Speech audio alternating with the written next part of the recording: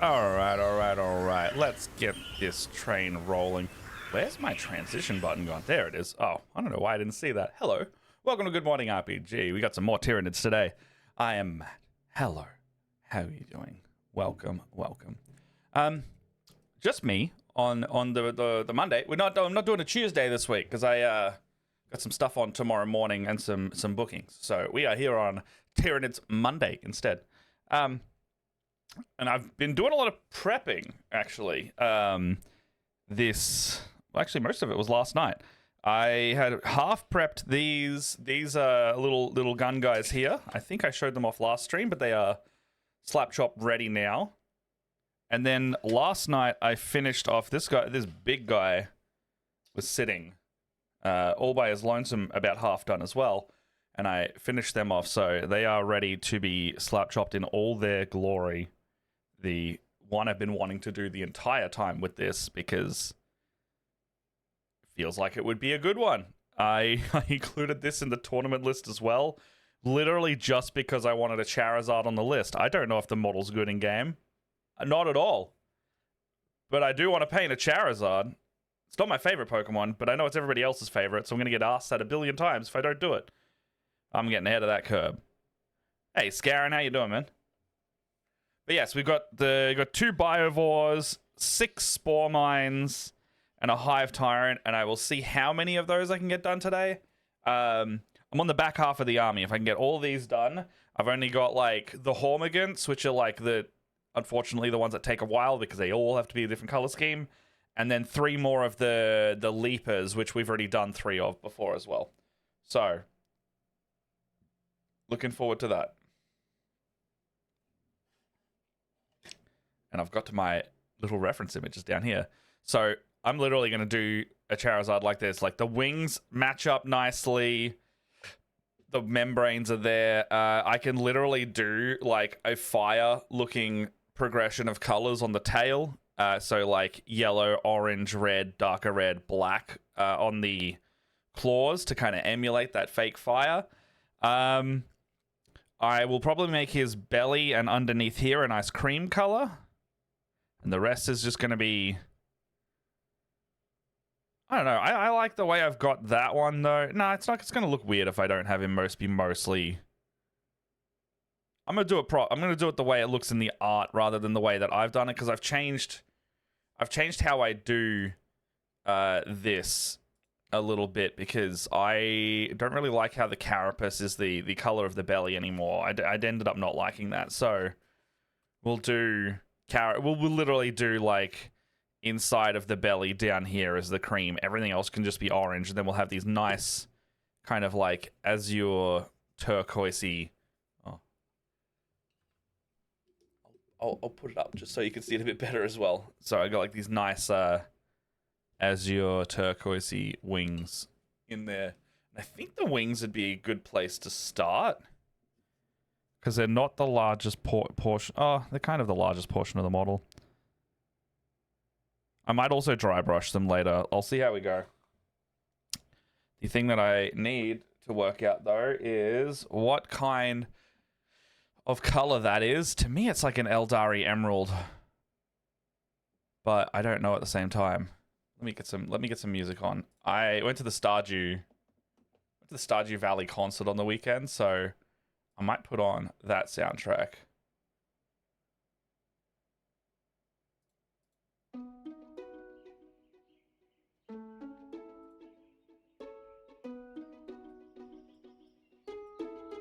Alright, there you go. Have some farm vibes today. Okay, Achelian Green, Pterodon Turquoise, or Eldari Emerald were my 3 choices here. Or Croxagore Scales could actually work quite well. Croxagore looks like similar to this, but I think that's too blue. So we might not do that.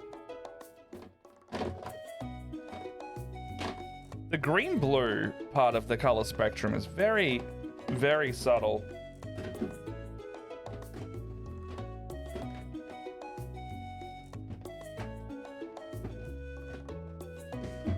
But What we got here? What we got here? There's Eldarium. The thing with Eldari Emerald on this color scheme is like it's gonna be super bright, and I don't know if I want that. Could be better to go a little darker because these are all gonna be bright colors on this white base coat. Oh my gosh, where is this other one? Can I find it? Get that out because I know I'll need that later, and I know I'll need this orange later as well. And Skelly Horde. You always need Skelly Horde. Doesn't matter what you think you need, you always need Skelly Horde. Tyrant turquoise. Sitting on the top. Literally sitting on the top. Okay, I really need like a testing palette for this. I'm just painting on the base of other minis.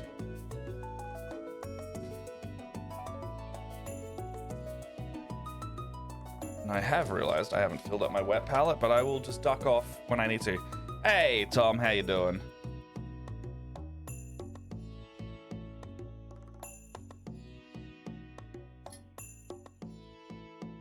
Oh. Okay. So...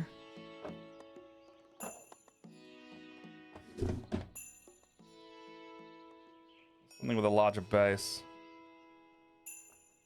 Horned Devil. Alright, here's another big guy. I'm just gonna like put some of this on the base down there just to have a little looky. I think this one's gonna be too green.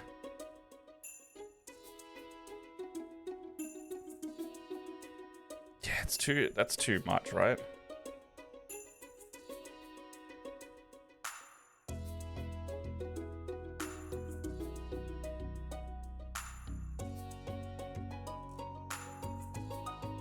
It's a close color, but it's too green. It's also too bright. Like if that was all over the whole model, I think that wouldn't look very good. So let's get rid of that. It could be Croxagore scales, who knows?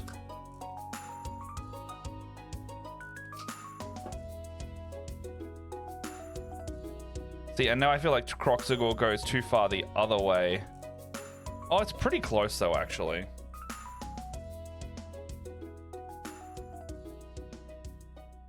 I want like something that sits between them, and I don't know if I want to mix it or not.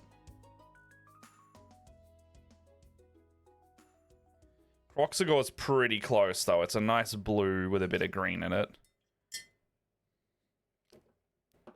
So we'll keep that there. Feel free to chime in if you have any ideas out of these four.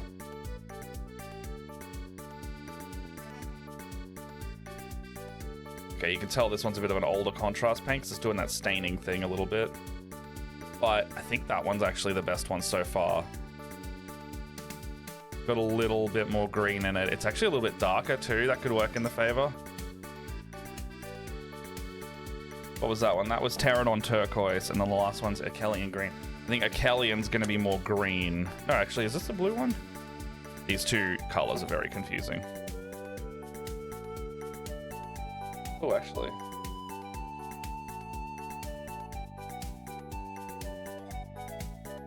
Right now,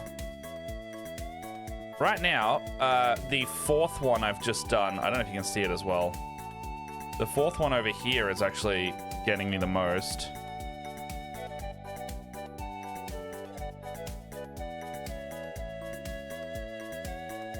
Oh, there's a good angle. I think it's the fourth one.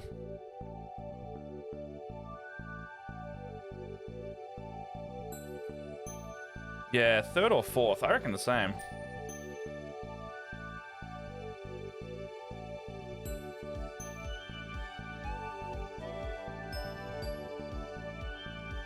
I think the same.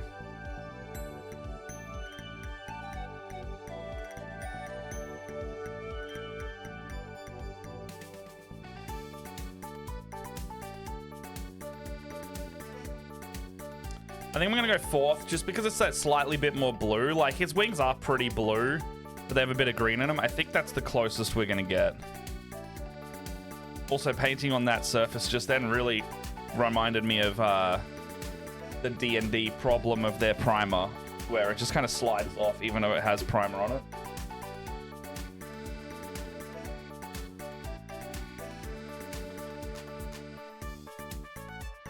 Okay, so that was a Kellyan green we just used, so get rid of these. This is pretty much the 4 colors that I'll be using. Like, Soul Black Grey just, D&D mini primers do suck.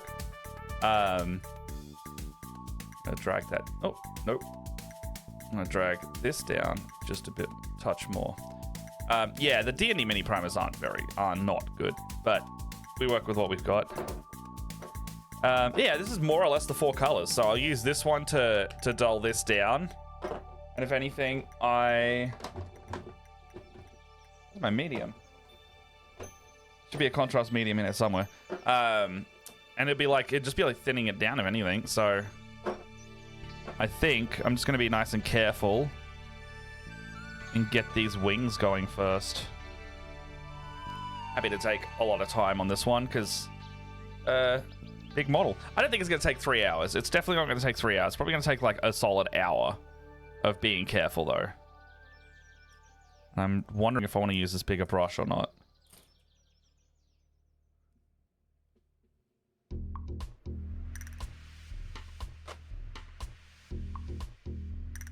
It's a great model. It's actually a bit of an older model too, I realized. I didn't know when Tyranids had their last release because I played for like not a long time, but it's basically the same sculpt as when it first came out, except they made a version of it that had these wings and a flying tail.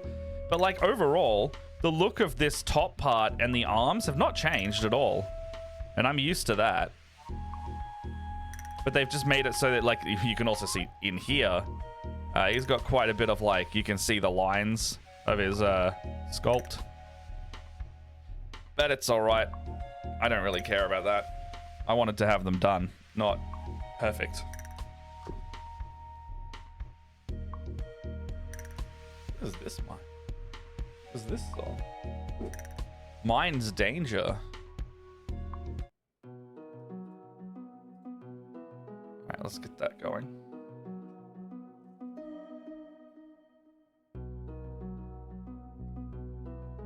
What's this look like just in here?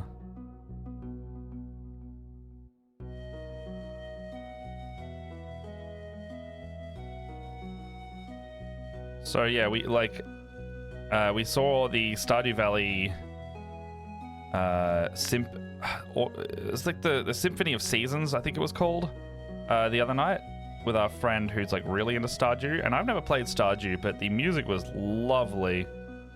Like we were going just like as a little double date thing. It was really fun. And then our friend Luna, friend of the channel over Lou Boffin, who we know and love, was also in town for it too. So went and did some dinner, and did some hangout, and did some Stardew. It's really good. Oh yeah, that's looking really nice already. I kind of want it to not pool as much.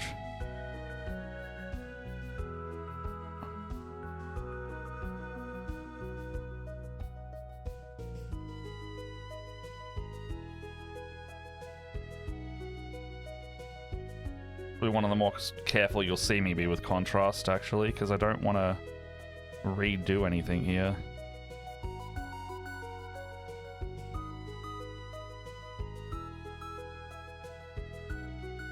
Yeah, it feels like that, right? I was quite tired on the day, and I did feel like I was falling asleep a little bit, but in like a good way. Like all of the tunes were quite ethereal and nice in that sense.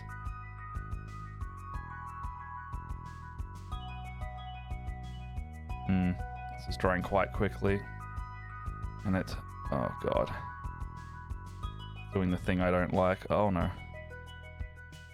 There's such a fine balance with contrast paints of do it quick, but also be careful. Very good exercise in speed painting, otherwise you're going to get what I just did there and fuck it up. But this is also the problem of contrast paints where they stain easy.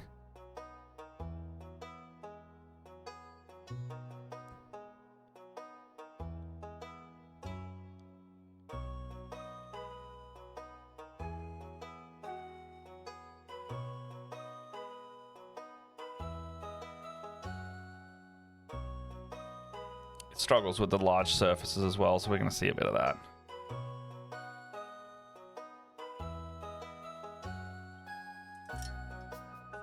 Can I?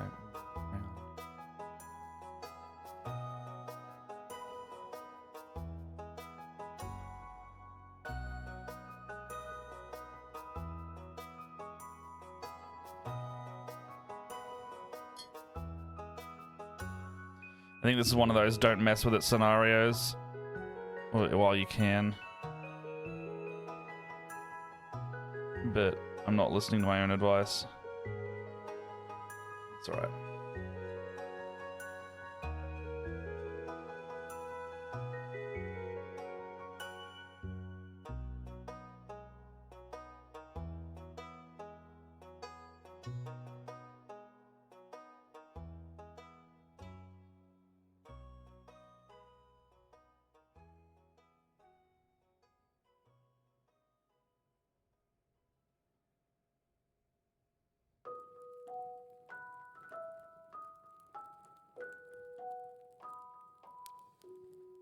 Alright, there we go. I think it's like long brush strokes are working here.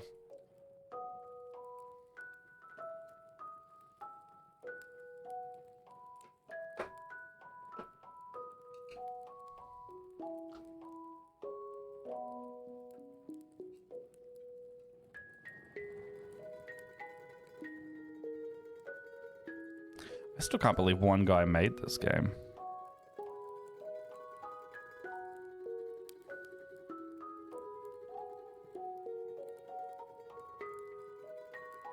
Like, I always knew one guy made this game, but it's like one of those, like, still can't believe that that was the case with something that goes this hard.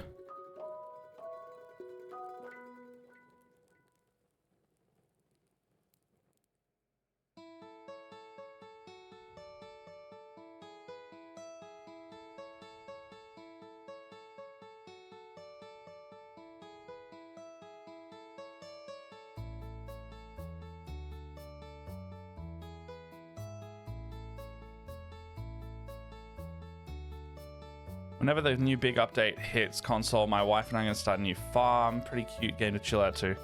Yeah. I always see the same kind of comment. It's just like a really nice vibes game. I don't think I would... I'm not good at like a micro chores game because I forget what I'm doing in them.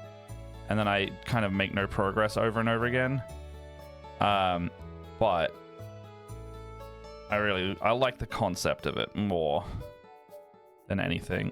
I like a lot what Stardew brings to the table in a game because it was really really popularized like that cozy kind of... I don't know if it was the first to do it, but like it really promoted cozy gaming as a valid thing to do. That wing looks pretty great already. I'm liking that.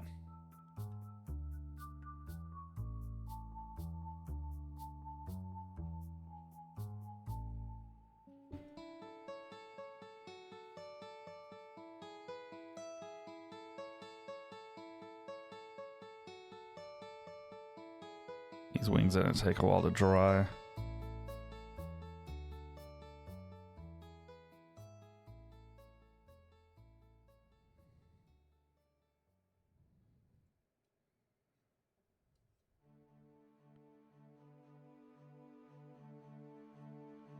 It's a good color, yeah. It's working.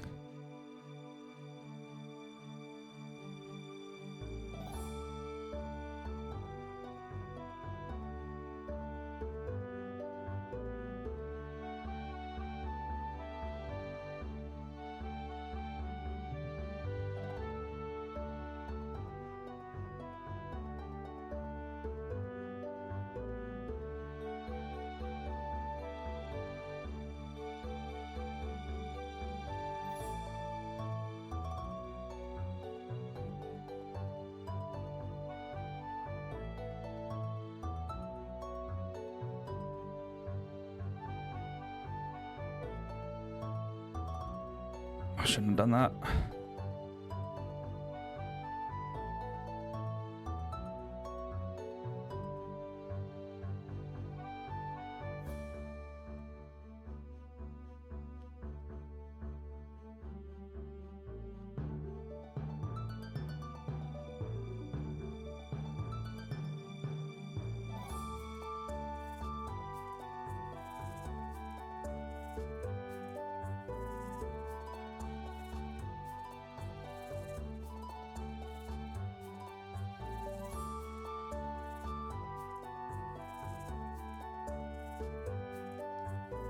All right.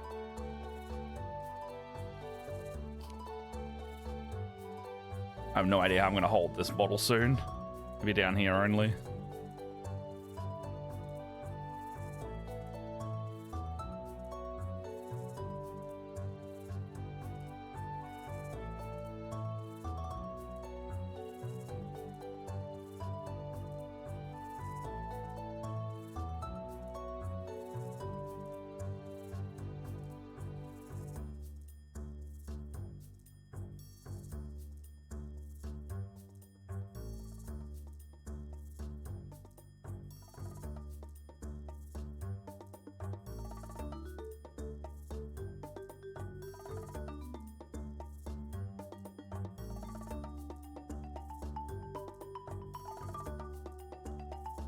Which tournament? I'm Arc in a couple weeks. So I want to go and play there, and I want to have my Pokemon army ready for that. And then I'm going to try... I want to source some, like, Pokemon cosplay stuff as well. Oh, shit. I want to source some Pokemon cosplay stuff. I've just realized I didn't even finish this side of the wing, so I'm going to go back here.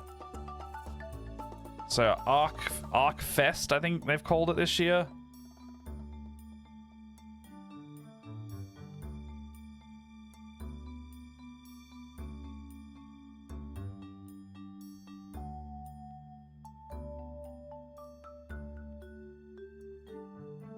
I went to the one last year. It was in Coburg last year. I think it's different this year, not at the same venue.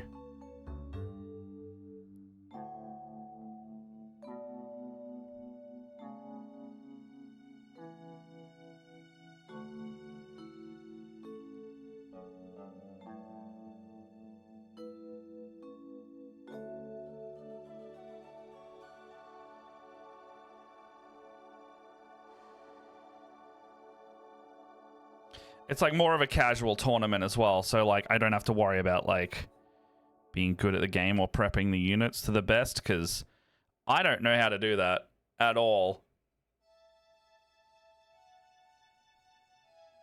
I'm just going for funsies. I'm bringing my meme.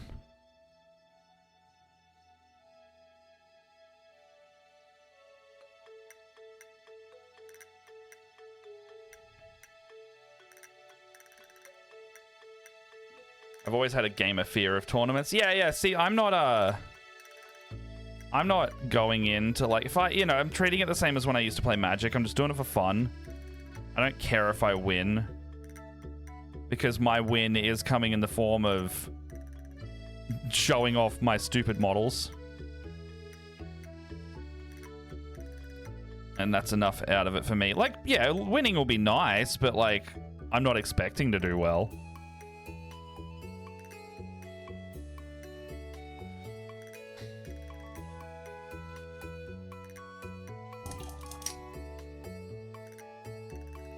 There's an AOS tournament at Arc as well.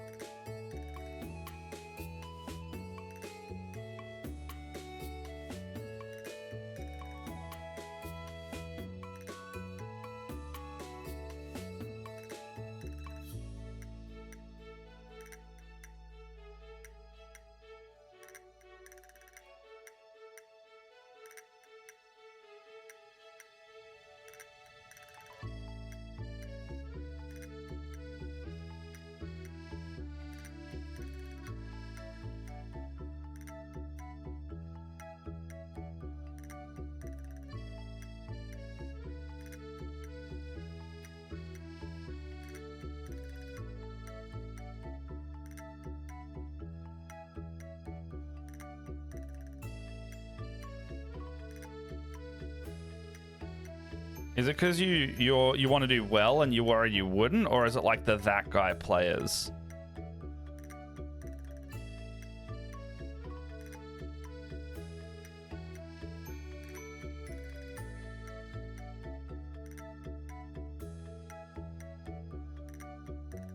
Ugh. Ugh.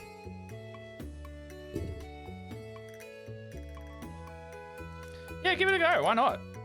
I mean, I don't play the game at all. I've played like a total of one proper game of 10th edition, and I've been meaning to like play a lot more in these next couple weeks just to like spruce up on my stuff, because like I know how to play, but I know roughly how to play, I should say. I don't know how to play well. I need to, like, the thing I need to do is like remember all of my like the stratagems and the objectives part of the game are what I need to get a better handle on, because that's what's the major differences when I used to play and play now.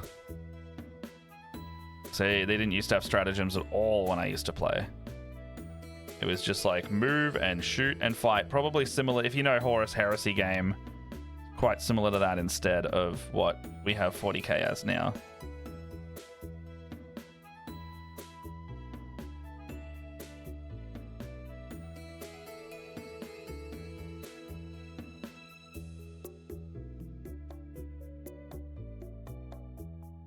That guy plays mostly strange interpretations. No, I don't play Heresy. I just know that the old rules are basically what Heresy is now.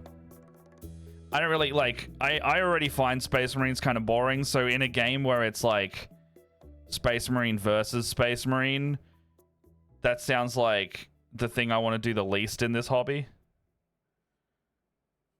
Overall, like I'm like, I don't want to only play Space Marines. Apparently the Horus Heresy rule set's good, where it's like you have reactions to things a lot more. Like, so it's like the gameplay will be less like you take a turn, I take a turn. It's like you take a turn, all right, I react to the things in that turn as part of your turn. And there's a bit more flow like that. I'm pretty sure I've heard AOS does something similar.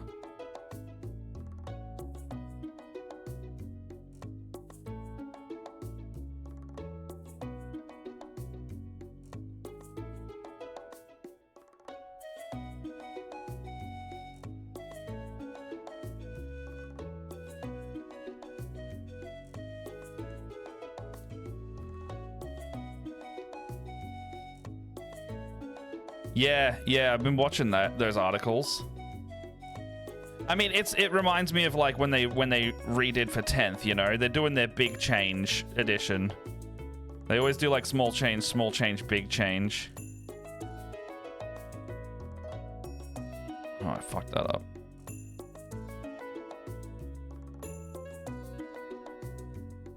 Oh, I fucked that up.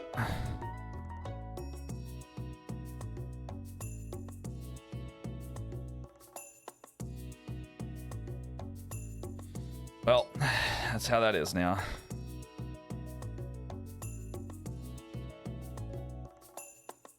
Damn it. This is why you don't do contrast paint in multiple passes. Prime example right there.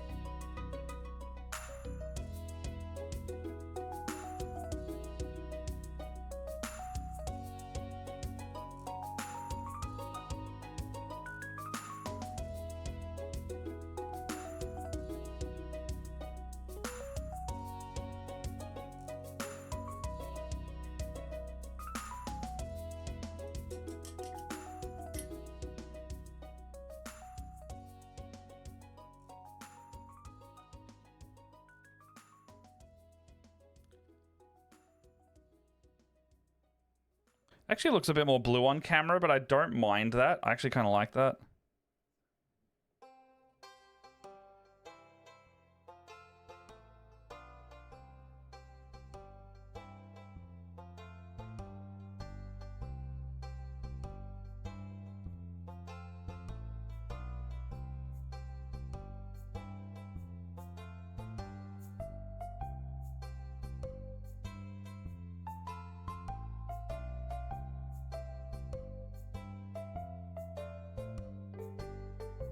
I think I remember hearing this song in the orchestra.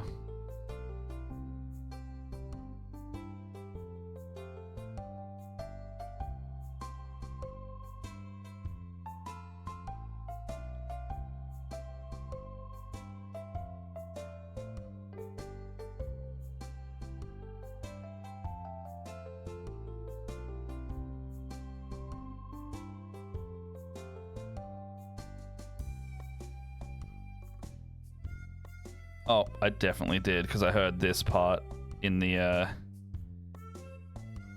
heard this part going like, how did they do this? Is it like a harmonica in the background or something? But I'm not sure.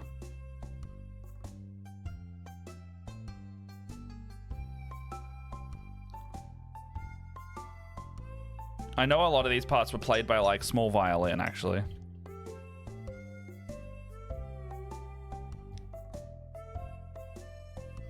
Like this, the accordion was definitely a violin in this.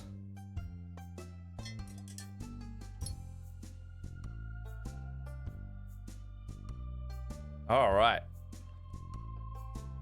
So the wings are done.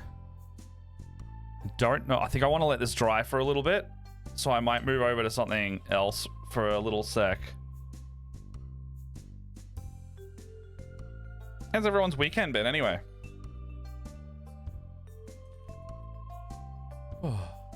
Just have some more coffee.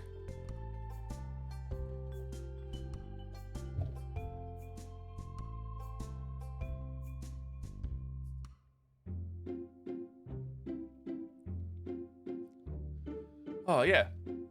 What's everyone up to on the weekend? We got through quite a lot of our Descent into Avernus the other day. Like, we finished the second last chapter, and now we've like sped run through, like, not even speed run. We did like a victory lap of Avernus last session. Like, no combat. We just went to a bunch of people and we're like, we need you in the fight. We need you in the fight. We need you. Basically like that anime trope of like, look, if you can't fight with us, distract for us. It was quite fun. Oh, as well. Where is it? Both lizards are sitting on the hammock right now.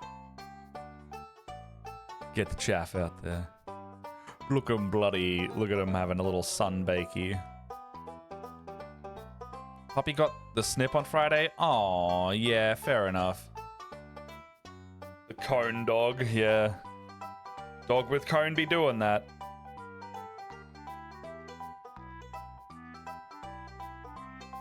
Might have to repaint over some of these spines as well. Oh, sorry, the lizard cam was up. Might have to repaint over some of these spines later. Okay, so the other Pokemon I was gonna do is one of these guys, and I was gonna do the first one as a Blastoise. So the other image I had was going to be this big guy here. So I can mostly get a... Oh, man. So his blue skin is the same as the Squirtle from earlier. Where's Squirtle?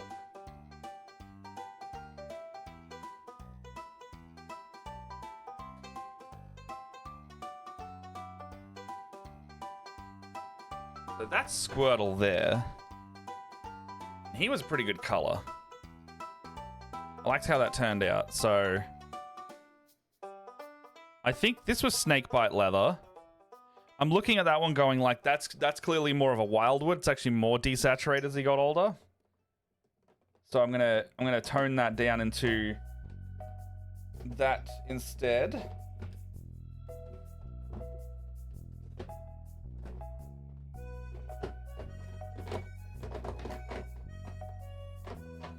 Wildwood. All right.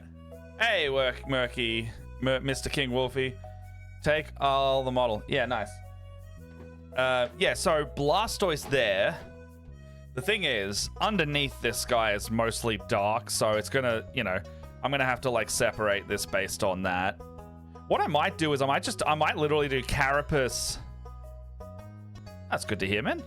I might do Carapace. I'll do the Carapace all in the shell color first, and then I really like the outside of his shell also being that, so I'm literally thinking I might also do like an edge highlight or like a little... I might do something here for just the white, but I'll get to that later. Right now, my goal is the brown while this other one's drying, so I don't know where to put you. Put you there. Put you there so everyone can see you.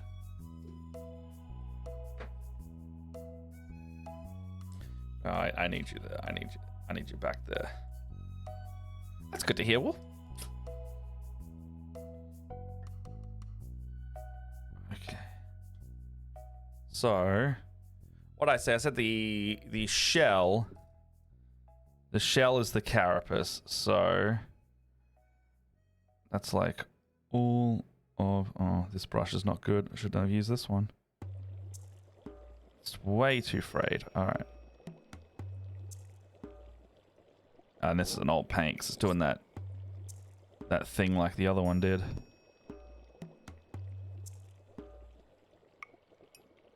Change brush.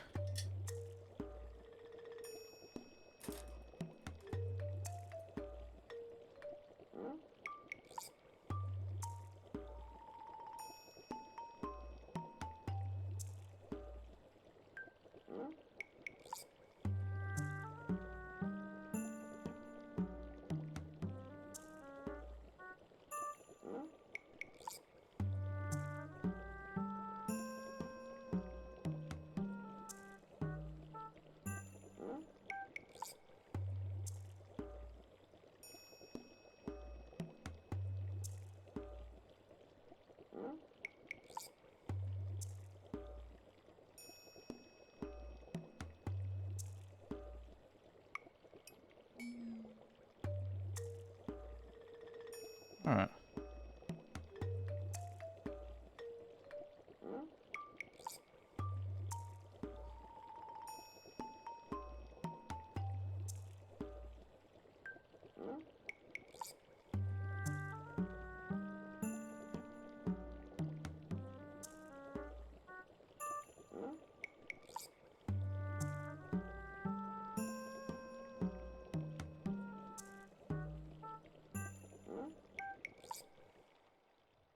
All right. The brown looks pretty good.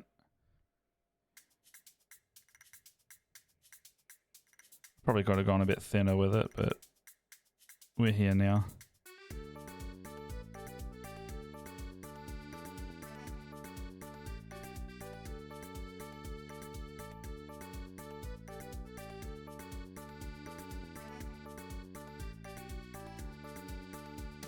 I suppose I could just do that.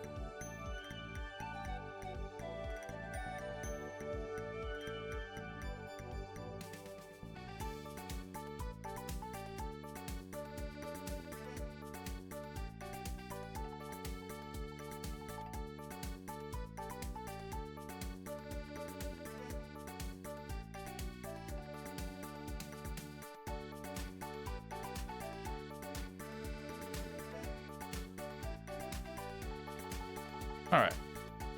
So the shell is looking all right. I think I might dry brush that with a bit of a brighter brown as well.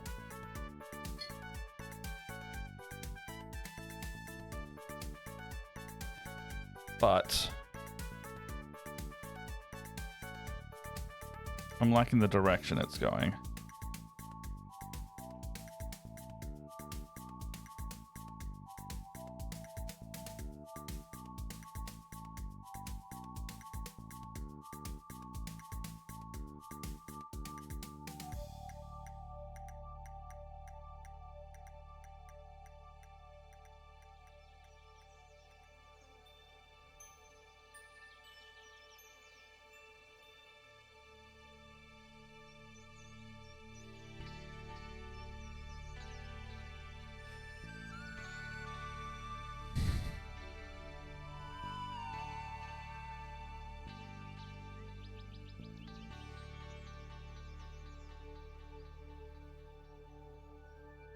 Okay, so shell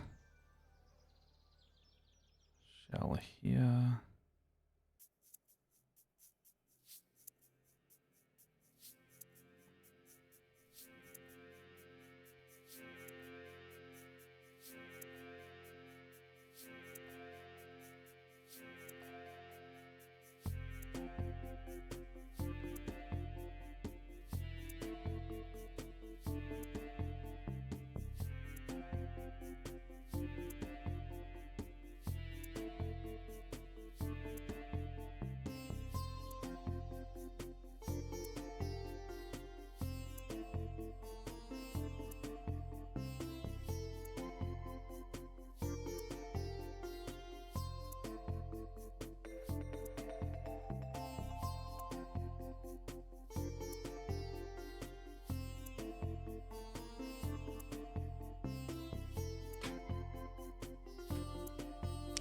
I'm doing all right. How are you doing? I'm in Focus City, I guess.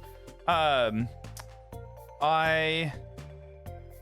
got a lot of work this week, which is good. I like a lot of booking games, doing the streams, and doing this.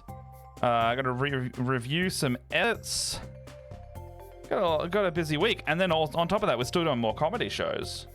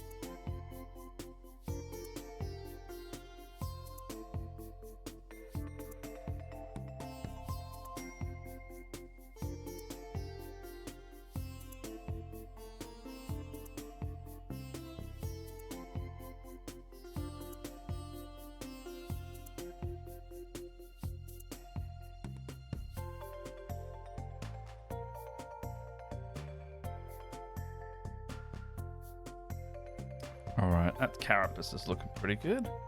Hey, Ghost, how you doing? I saw you you posting in the looking for a group. How's that going? You almost got a game going by the look of it.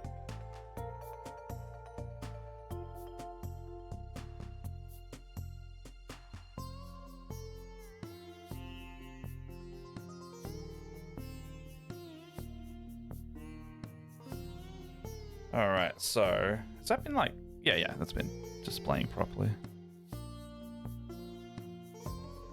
Yeah, turtle shell.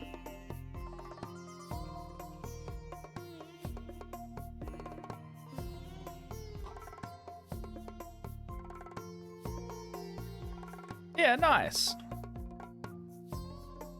You could get started with a couple of you and then see if anyone wants to go on there. That's great to see that. I'm glad the server's being used for it. Well, feel free to use any of the voice channels in there for the same thing if you want. Like, that's all open for you to do.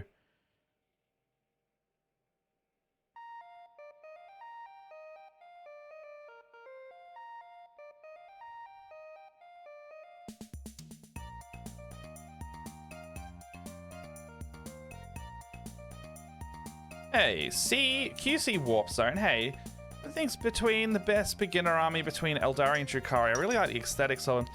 So, I'm in kind of the same boat as you. Hey, I barely play myself, and I kind of go like, I don't know why flying nids are conceptually so terrifying.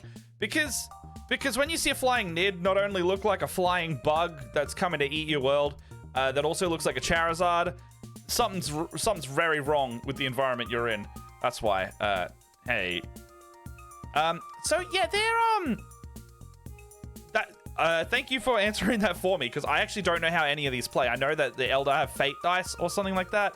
I'm mostly a hobby guy, and I'm doing my first tournament, and literally my first ever games have been played this year, so I'm literally painting up a meme army in my Pokemon Tyranids to take to this tournament, and that's kind of where I'm at. I know the Tyranids have some cool rules, but I really like the big stompy monsters or the unending swarm of multitudes of guys, so that's kind of like the vibe I'm going for. And I am collecting and painting because I like them. So like, if I was to go like an opinion between Eldar and Drukhari, I personally like Eldar a lot because I have like some very old like 2nd edition and 3rd and 4th edition. I'm going for the Zerg. I like the Zerg. My main army is Tau, believe it or not, but if you haven't been here before, here's my Mewtwo that's starting to come along. I've base coated him, and so my Mewtwo is my Norn emissary. If you like that. Yeah. So if you're looking to play, yeah, I know they got the hit dice. I actually don't know anything about Drukhari. Aesthetically, I like Eldar the best because for me, I don't like painting a lot of color schemes. So if I can paint a lot of different things in the army, like a lot of different color schemes, like you've got your Scorpions, your Reapers, your Banshees, like they're all very different. They all have like a specialist role. I really like that as Eldar. My brother collects Eldar for that reason.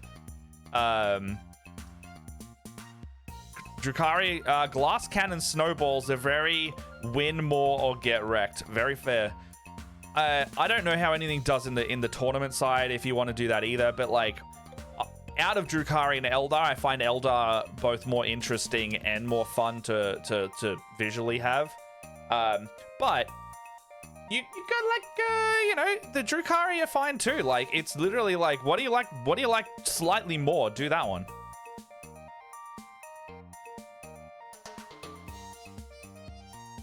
Collecting Eldari seems like a pain. How so? Why is that? You just got to collect the models you like the look of to start with.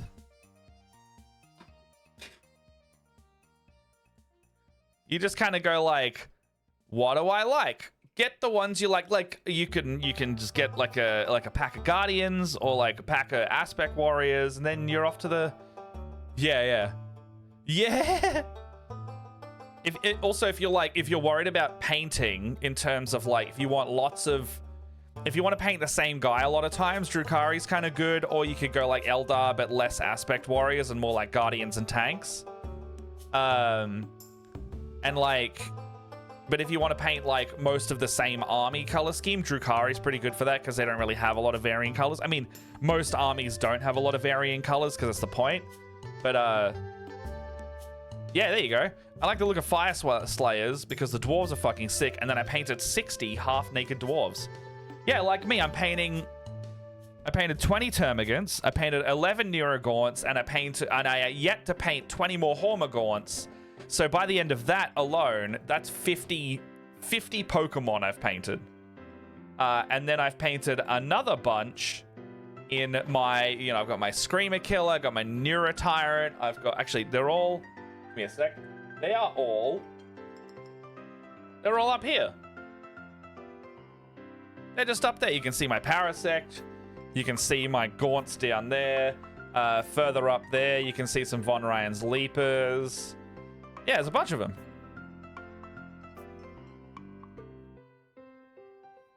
Eldari in painting. Yeah, I love that board game. It's one of my favorites.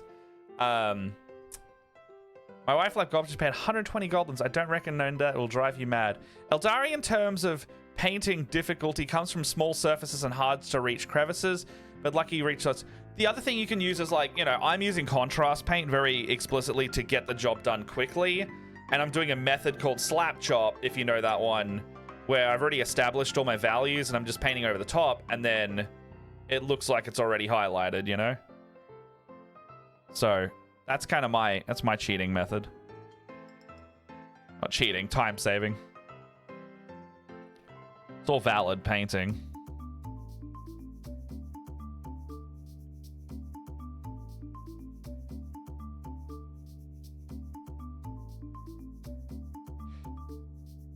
Drukari seems a pain to paint without the airbrush.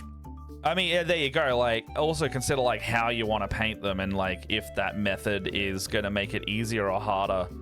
I'm all for like making the process as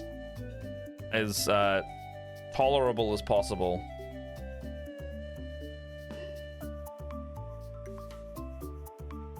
Yeah, Tao really like airbrushes.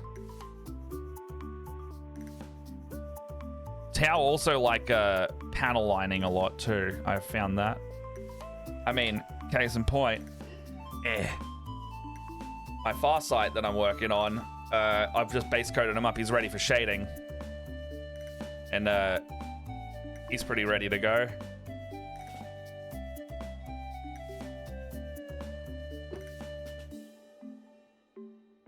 Yeah, true.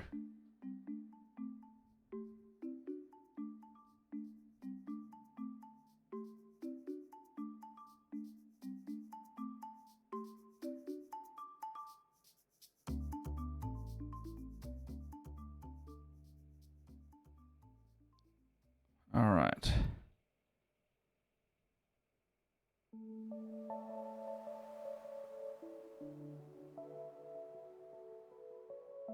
Oh, I remember this song. Is this the Moon Jellies? Yeah.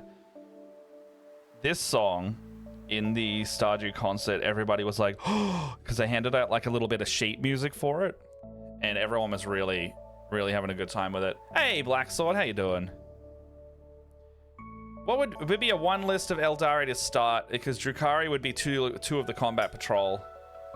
I wouldn't get the Eldari combat patrol. The Eldari boarding patrol was pretty good because it had 2 sets of Corsairs and a set of Banshees, didn't it? You skipped Eldar because half the actual infantry are still resin, and when they come in plastic, it's ridiculously screwed. Yeah, well, that's the thing, right? Like space. Well, here's the thing, Van Zix. They're always Space Marines, no matter what, will always be cheapest because they're the money movers for Games Workshop, which means unfortunately for us, any other faction will be priced similar to Space Marines for 10 guys, even though the points don't add up. Like, I mean, look at Custodes, right? Did anyone see the combat patrol they just announced for Custodes this morning or last night? They had to outright say, now, these Custodes in the box, you get a lot of them, but more than enough for a combat patrol game because they are too powerful. So basically they're sitting there going like, we need to give you value for money in this box, but we can't have you fight this box against other people because Custodes are generally too strong as such an elite army. I found that very funny. Also, the box value, I don't know if is worse than the old one. But, you know, is what it is. I'm looking at that older Custodes box going like, that's a good box, and it's got like Sisters of Silence, which I don't have yet. I've already got like a lot of Terminators and a lot of the other ones, so I'm like, well, I don't know if I want the new one, but the old one's looking pretty good right now. Because it's got 3 bikes, and I've already got 3 bikes, but I don't need. Do I have 3 bikes? I've only got 3 bikes, and I know the bikes apparently aren't good at the moment, but I like the model itself, and you can never go wrong with more Custodian Guard. But you only got 5 in that box, which is nice because I've already got 15. So I got the, for context, I got the Watchers of the Gate box, Christmas box, a couple years back.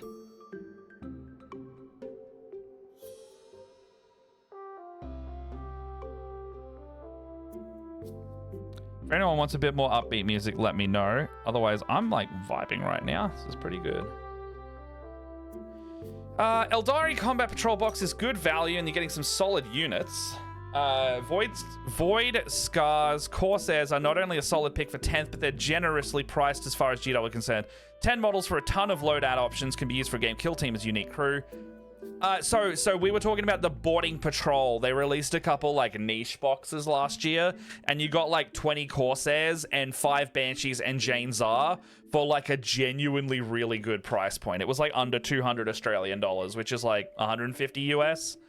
The Voids, yeah, the Void Scarred and the Corsairs, they're the same kit. You just interchange the parts out. All right, I think Blastoise is looking pretty good. I'm going to let them dry, and I'm going to come back to my Hive Tyrant. That's true. Well, the thing is, like, in Australia, we still have, like, you can, yeah, well, that's why, right? In Australia, you can still find some. Like, I know where one of those boxes is right now. Like, I can go to the store about 5 minutes away from me to go grab it.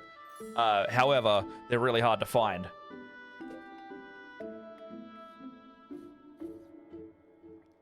And I don't know if, shipping it to America would exactly be like a doable price in terms of like the conversion, because you're already getting the Australian markup plus the shipping might not make it worth it anymore. Show me lizards! They looked over at me when I said that. One of them's all raggedy because he's shedding. Oh, yeah?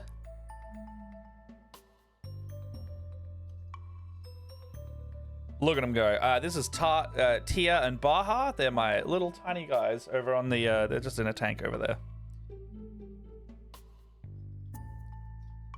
Oh, thank you for the hydrate.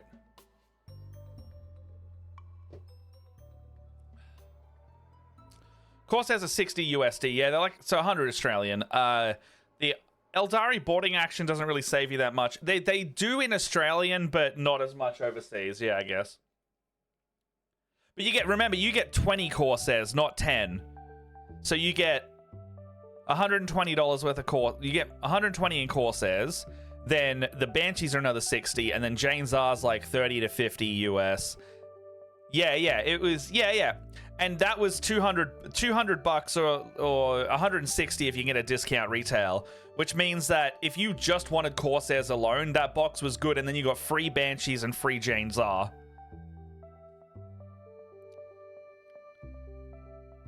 It was a good deal.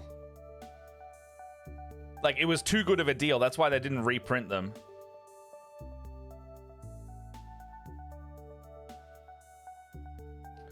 Okay, so heading back to Charizard. Oh, yeah. For Australia, really good deal. Like, it was like, you gotta buy these boxes. Like, I wanted the Farsight one, where it has, like, 3 Crisis Suits, a Farsight, and 10 Fire Warriors. Just for the Crisis Suits and Farsight alone, you were saving like $30-40, and you would get the Fire Warriors free on top of that. And I always love I like having Fire Warrior kits around for conversions. Yeah, that's so fair. Yeah. I like, if you're looking to get some like good intro Eldar models, those new Guardian kits can be assembled as Guardians or Storm Guardians. And then stuff like I don't know, people really like the Wraithguard and Wraithlord. They're like the classic models. They're kind of old sculpts though. The new Striking Scorpions look sweet. The Blades of Cain kill team, if you've seen that, they I don't know why they call them that. They're Striking Scorpions. I know the Blades of Cain kill team specifically is like Banshees, Dire Avengers, or, but you know, well, we'll let them do what they want. Okay. Their poses, they're very reminiscent of their old poses. They're kind of skulky. Guardian Defenders and Storm Guardians are so bad.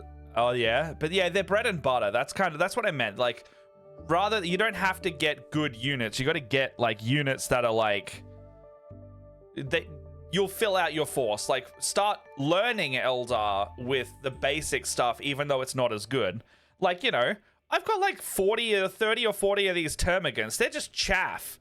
But I can learn the game of Tyranids with these a bit better. And then I move up to stuff like my Biovores and my Hive Tyrants and my my Emissary. Because they're all like very niche and expensive models. Versus termagants, I can go buy a starter set and I get a bunch of free Space Marines because the termagants and the other Tyranids in the box are just all of the value there. Guardian, the closest thing you have chaff, but they're expensive chaff. Yeah, fair enough. Well, Eldar doesn't really... They're not like a chaff army, because like the whole lore of Eldar is they don't want their guys to die because Slanesh will eat them, so they got to be careful. They're very like precision-based army. More like Saltines. More like Saltines. Alright. Okay, so 10 points a model. Nah, 10 points a model's pretty standard these days. Like, Fire Warriors are also 10 points a model, I think. We just got their points in Codex. Hold on. Right here. So... You got, Tau points. You got... What do you got? So 12 Fast Stalker Kroot are now 100 points. 100 bucks. Kroot Carnivores, 85 for 10. You got... You know... I feel like just the points across the board have gone up in 10th, because I'm pretty sure these didn't used to be this. Mind you, I also don't play that much. What do we got here? Strike team. Breacher teams... A Breacher team is 120 points. A strike team is 100 points.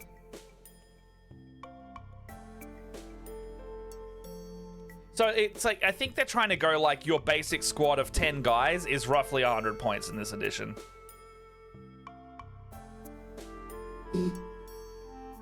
Yeah, fair enough.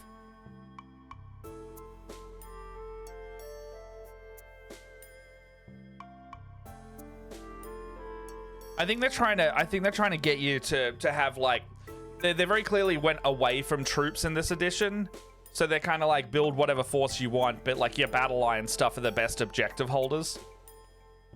Yeah, but that's good though, right? Like sticky objectives is, I always hear people saying they want sticky objectives, and if like I'm pretty sure Kroot have sticky objectives now. So, like, that's, I don't know, to me, that's like, well, that's a strategic thing. Like, you don't need them to do damage if all they need to do is capture a point and be like a threat and a presence for strategic purposes rather than your damage purposes. And then they can, you know, if they're taking out the other chaff.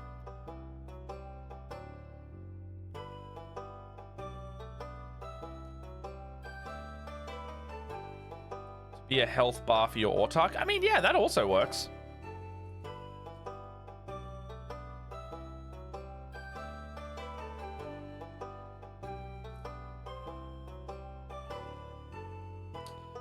All right, so... Yeah, fair enough. Cultists will die even easier again, though, right?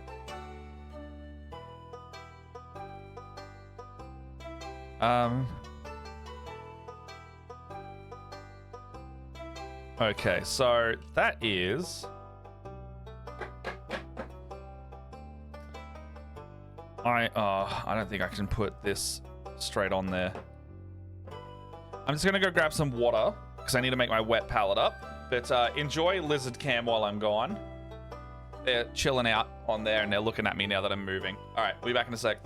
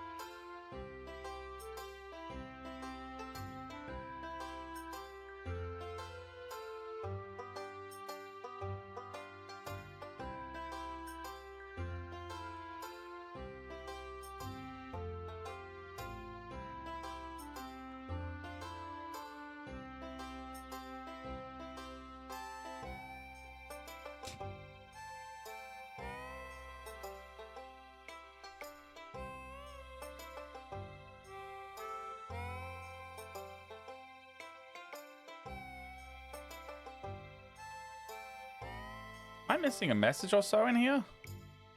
No.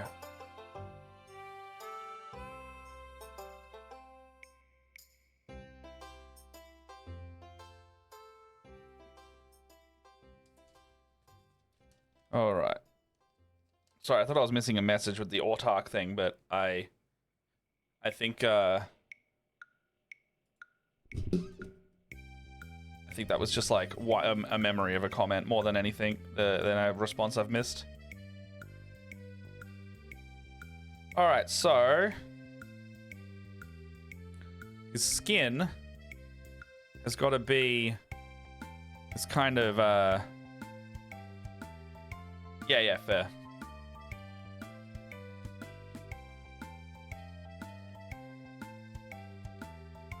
So I need to, oh God, I gotta do a lot of this skin. Okay, so I mean, I'm gonna have to, remember with me. I gotta remember this. If you know a CSM player, chances are they have an autark sprue, the Elder Romans box. Yes, I do have a couple friends who also have that. So 1, 2, 3. So 3 big brush loads of orange.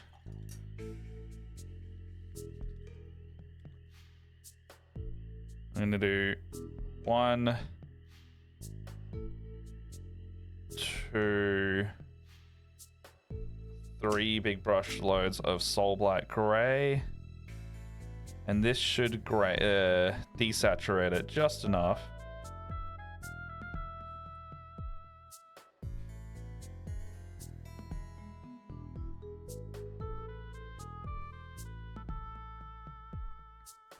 That's not vibrant enough.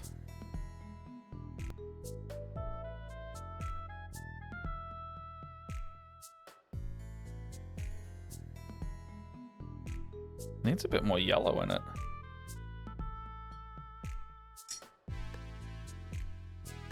Hello, Knocked Goose. Welcome in. How are you doing, sir? I'm gonna put this is Nazdrag yellow, so we're on 331 for our mix now. I just want the saturation to be up just a little bit. Yeah. So, oh, that's a good yellow. That's a good. Yeah. So I'm painting a Charizard in contrast paints, Slap Chop specifically. Is that right? Is that nice?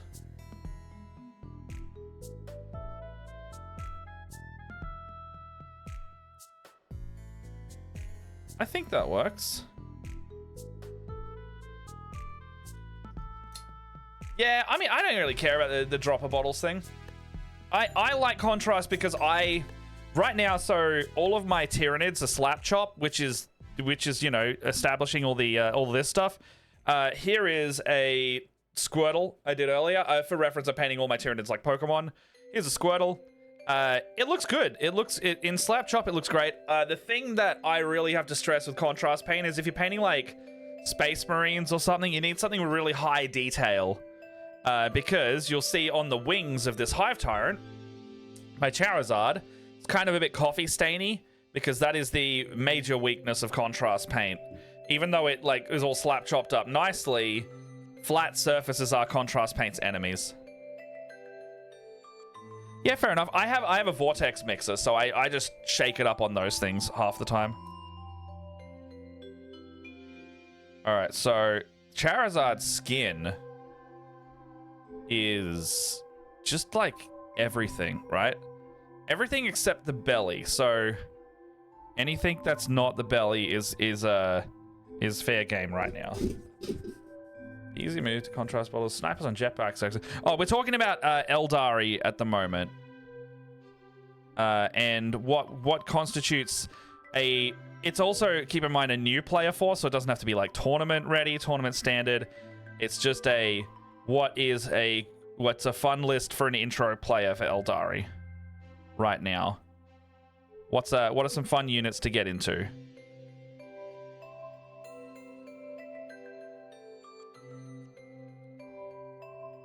Yeah, so belly in the bottom of the tail. So the belly here, it's going to be all skeleton horde. The belly here going all the way down to the tail is going to be in like a cream color. This orange is fucking working right now, hey. So, in saying that, all this in here, and I might come back later and do some like highlighting of these veins on his head with that blue color we were using earlier, because I like the idea of the veins being like psychically orange, that they're the same color as these wings.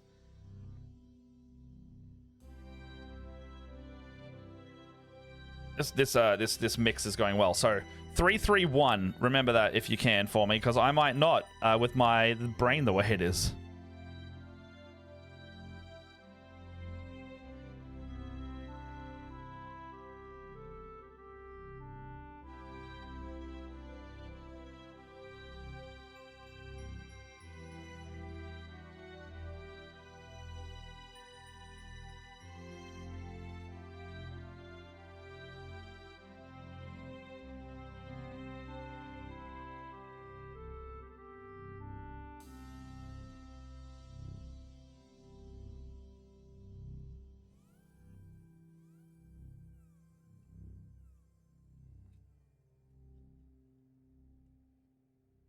All right. The red face is going pretty well already. 3-3-1. Thank you so much. I will now remember that better. So the warp spiders and all the Eldar are... Oh man, I want new warp spiders. And so I bought the new striking scorpions because I have such nostalgia for them. Warp spiders are literally 30 years old now. One of the oldest models in the entire Games Workshop history that are still in play. And everyone's just dying for them to come back out. It would sell so well. So, it's bizarre that they haven't done it already, you know? Supposedly there's a Dire Avengers leak going around, so don't buy a new box of those yet. Unless you really like the older sculpts. Apparently there's new stuff. You convert them to the other models. Yeah, that's funny. I actually, I just got my new Kroot boxes in out of the Tau stuff. Is evidenced by that new codex I was just having earlier. I had 2 of the Flesh Shaper. Yeah. So it's oh wow. Sorry. Let me get my brain on track. So what I was trying to say was I have 2 of the Flesh Shaper. And what I ended up doing was I converted the second Flesh Shaper into a Trail Shaper with the War Shaper's bow and a couple extra Far Stalker pieces.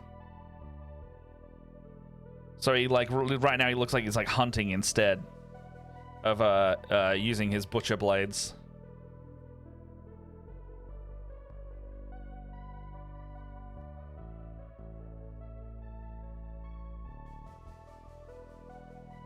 God, this might be the whole 3 hours on this model, just by the way of how it's going and how careful I have to be.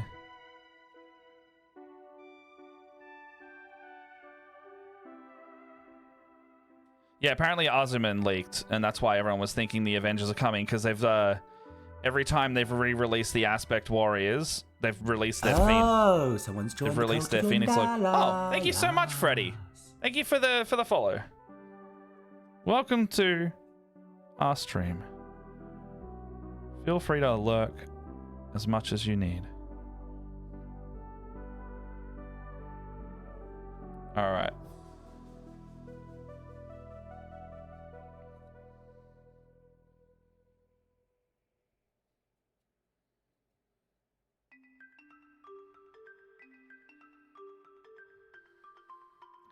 Well, how are these colors looking so far? I think they're looking really good. Like, that's looking like a Charizard, right?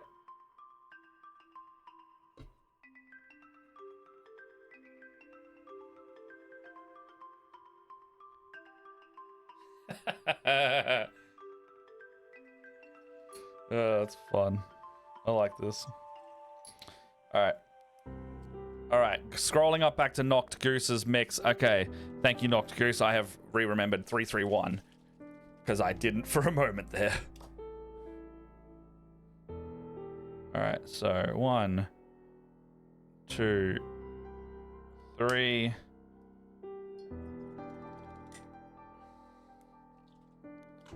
And 3 of these. 1,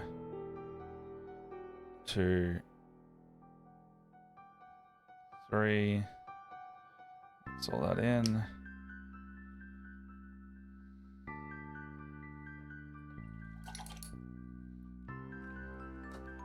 And 1 Nazdrag.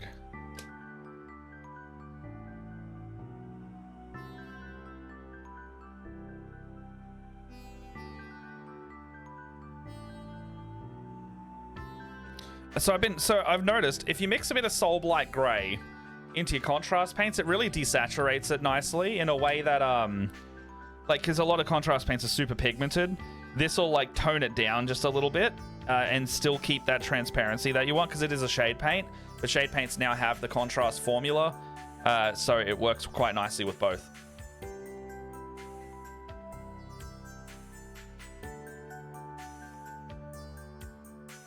Yeah, this is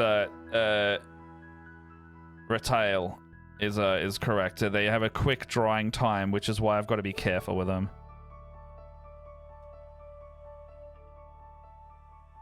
Yeah, so this actually happened on earlier today with the drying time on the large surface, because you can't go back and fix it if you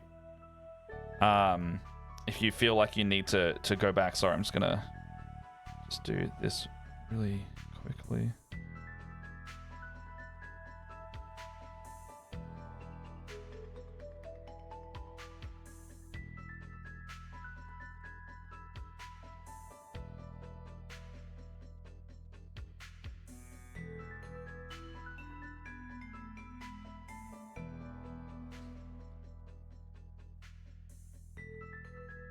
Okay, so yeah, I've got, yes, in a short answer. Let me just finish this and I'll look at your question.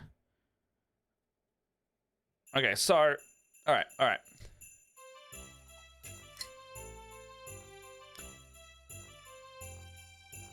Recommend a video by Starly, who does a lot of paint reviews. Fair enough. So Knocked, I collect and paint. The purpose of this army is I'm going to a casual tournament in 2 weeks, and I wanted to have like a themed army for it. The initial idea that I had last year when Leviathan was coming out was to have a Pokemon bug army, and I've been painting. I've painted like most of the Leviathan box at this. Oh, hold on. Oh, I've painted the whole Leviathan box at this point. All of the Tyranids in that. Yeah, nice. They are up here. Oh, that's the wrong button. They are up there. So you can see a Parasect down there. You can see my Tyrant. You can see the Leapers up there. Loads of little guys. But, yeah, I'm taking them to a tournament soon. But I'm mostly a painter and collector. I don't really play, but I'm looking to play more because I usually have a co-host on this stream, Leia. And Leia also has expressed that she might want to start playing soon too. So might see some games on this channel. Free lizard camera. Feel blessed. Yeah. Normally that costs channel points.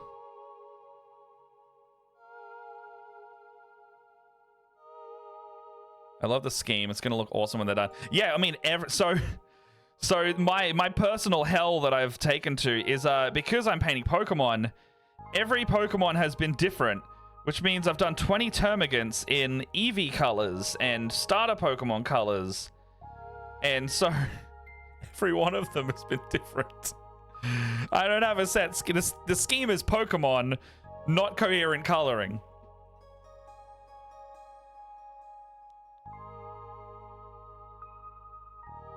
So I've made a unique version of my own torture with this whole thing because my stupid ADD brain was like, you should do different Pokemon for each thing. And that would be fun. And I went, that would be fun. Fuck. I'm mainly into the Hobby Life League play as well. That's kind of what I'm at. So if you stick around here on other streams, you'll see one of my buddies, NATO, around, and he's been teaching me 10th edition on like Tabletop Simulator because we don't live in the same state. So I'm looking to play a bit more there. But in saying that, there's many people in the Discord who are also kind of like at the same area. Like all of us kind of paint and collect, but we don't play. But a lot of us are also starting to like look at playing as well now that we've got like a big enough army. Like Leia has a very large, she's probably got like 3,000 points of sisters, and I've got like 3,000 in Tau, and I want to say I've got about 2,000 in Tyranids now. So it's like we have armies, but we're not playing. But like at the same time, like we're all like, well, there's enough of us casually that we could play, and we don't have to worry about any like that guy kind of lists. So I don't know, it could be a thing one day where we have like a little, like we could do like a little community tournament or something. It could be fun.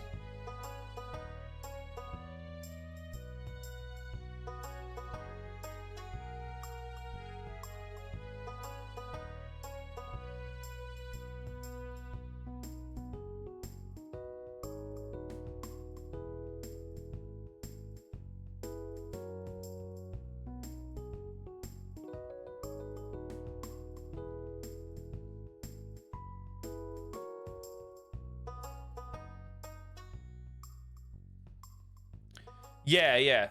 If you want a Discord link, it's a public Discord. It's just in our wait, hold on. The exclamation Discord in the chat for us, someone. And if that triggers, that's the link. If not, it's in our about in the description. Oh, it does work. Thank you, Jess. I encourage learning to play 40. Yeah, Tabletop Simulator is actually quite good because it lays the table out for you. It has all the trackers built into the table as well, and it's that's exactly what NATO says. So NATO was saying that like they always, good to see you in here.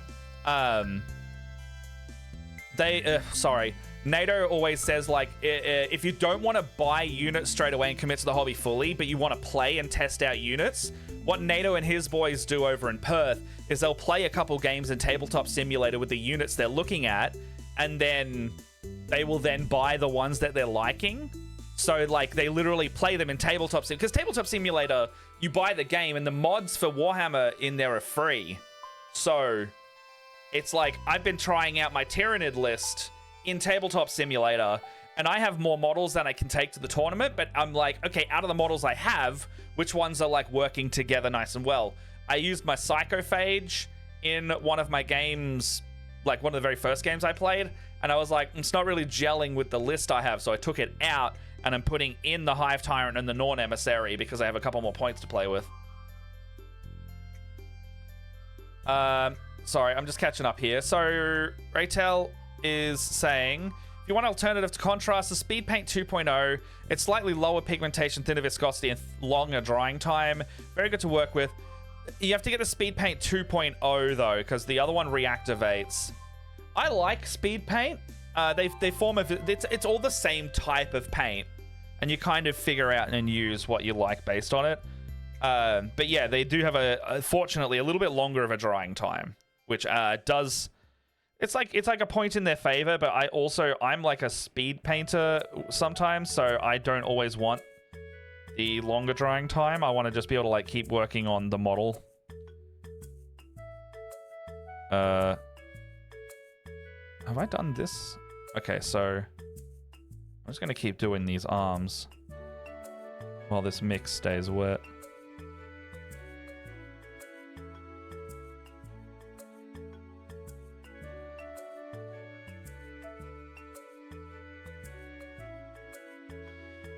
Look at the back wing. That looks so good. I looked up just then, saw it properly. It's different when you see it on camera versus like in real life. Oh, I really like that. the colors are working nice.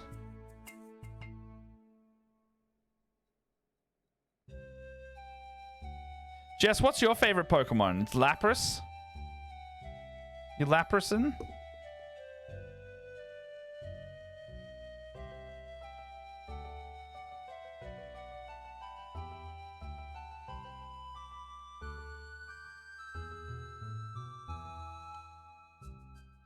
Lapras, Cyndaquil, Lugia.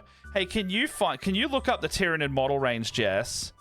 And can you choose a Lugia or one that would fit any of those? So I want to see if anything that I already have can be that.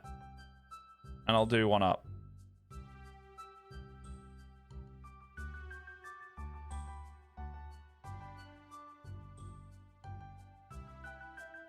Oops.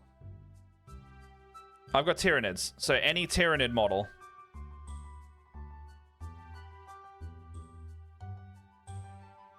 Oh, it's in just like look at the range and go like that one could be a Lapras, and then I'll let you know if I have it or not, or if it's easy enough to get, because like I just will.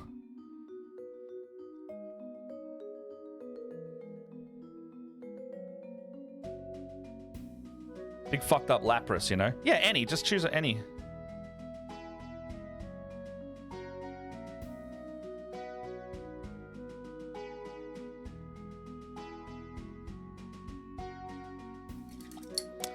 All right, 3-3-1. All about the steel types here. I like steel. I like steel types and dragon types.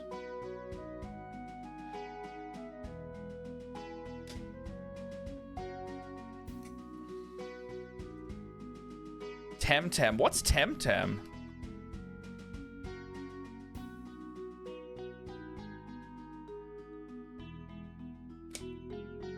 I don't know a lot. I don't know 7 and 8 gen really well. I know all the others quite well. Kind of, I dropped off a little bit in 7 and then... Hold on, we in 8 or 9th gen now?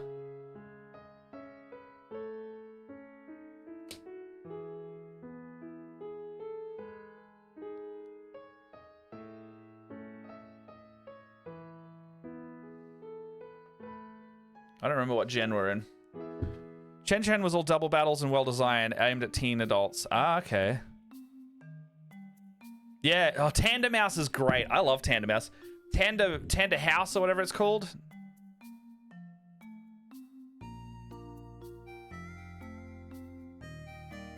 All right, so Temtem. I don't really. Temtem. Feel free to put like an image link in somewhere if you want. I'm not familiar with Temtem. Or that I'm just not remembering what it is.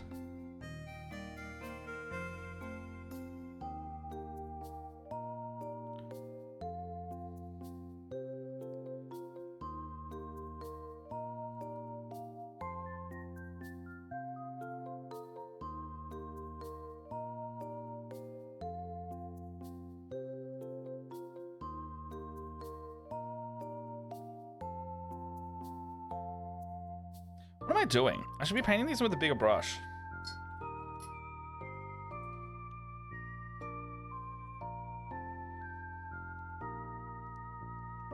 Sometimes we do that.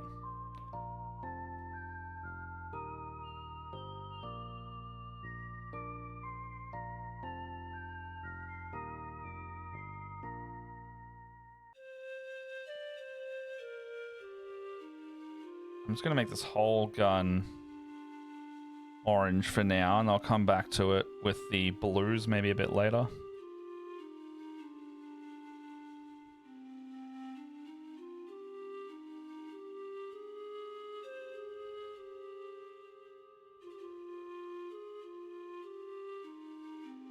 Oh, so Temtem's a different game. Sorry, I thought you were talking about a Pokemon called Temtem.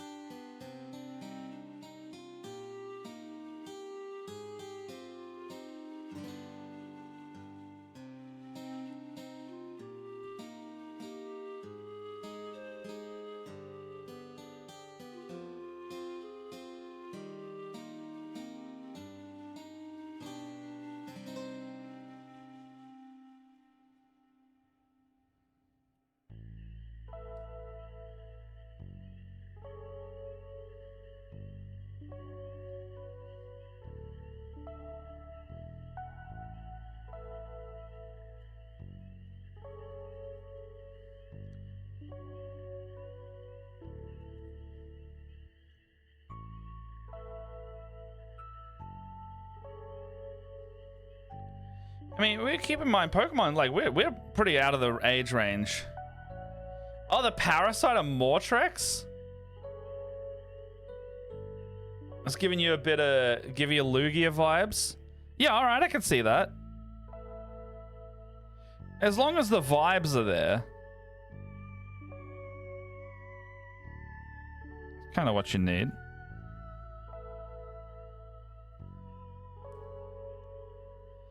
Oh, the Turvagon. Yeah, I think I could do a Lapras Turvagon. It's hard because yeah, they're all leggy guys and Lapras is not.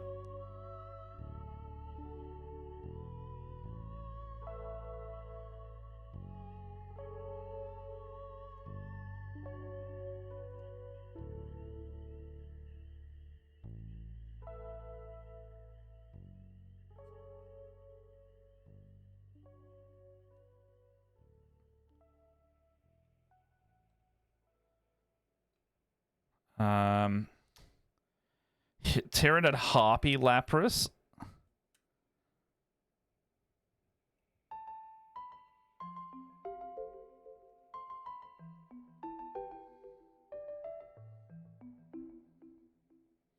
What's the oh yeah, swimming through the air. Jess, have a look at the Harpy. Have you seen that one yet?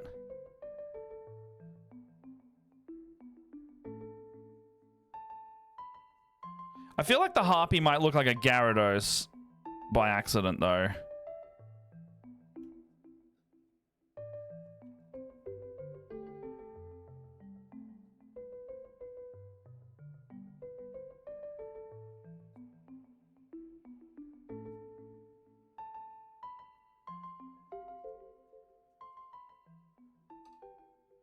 Not sure about the wings. Yeah, fair enough.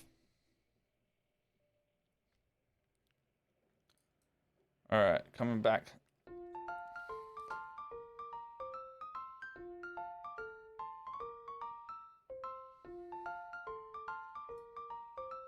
Oh, Jess, you have yeah. You're like, this is a Gyarados. Yeah, I also thought that. That's exactly the one I have planned for a Gyarados.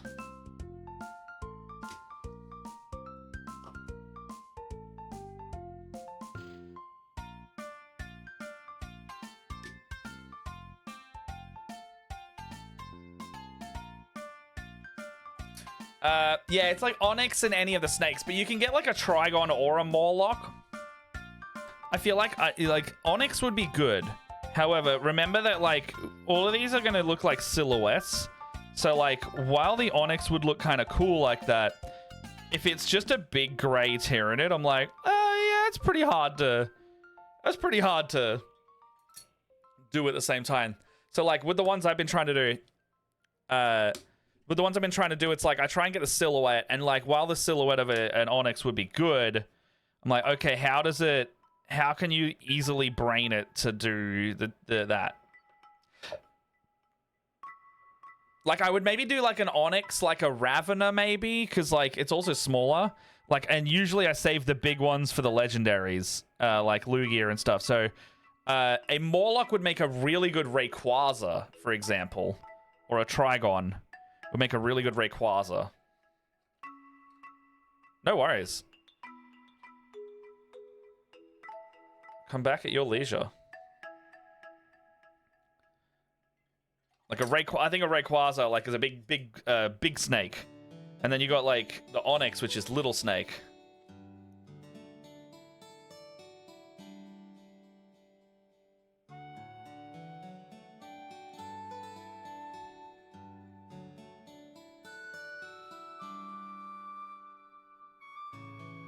The legs of a Charizard. Okay, so they're still normal.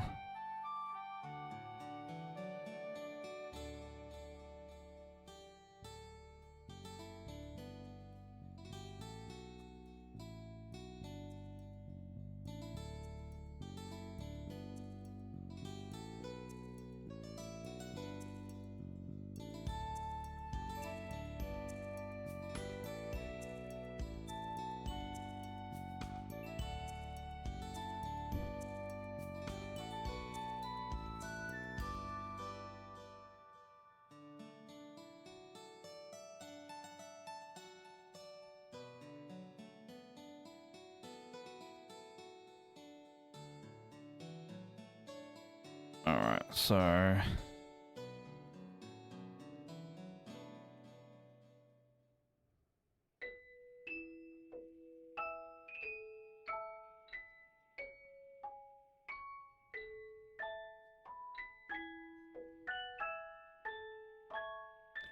Oh yeah, yeah, nice. I've seen some really nice kit bashes of fire dragons from the Guardians kit recently.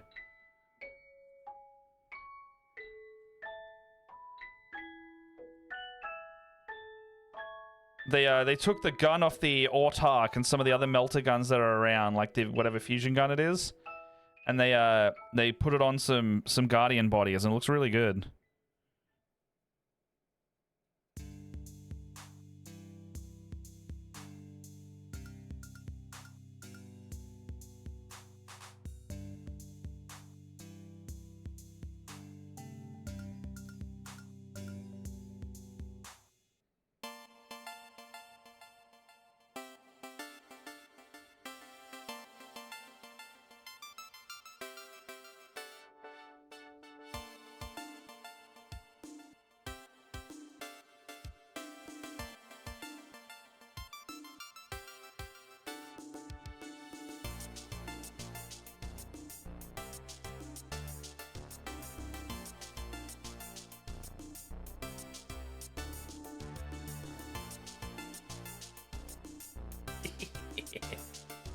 Oh, it looks so good.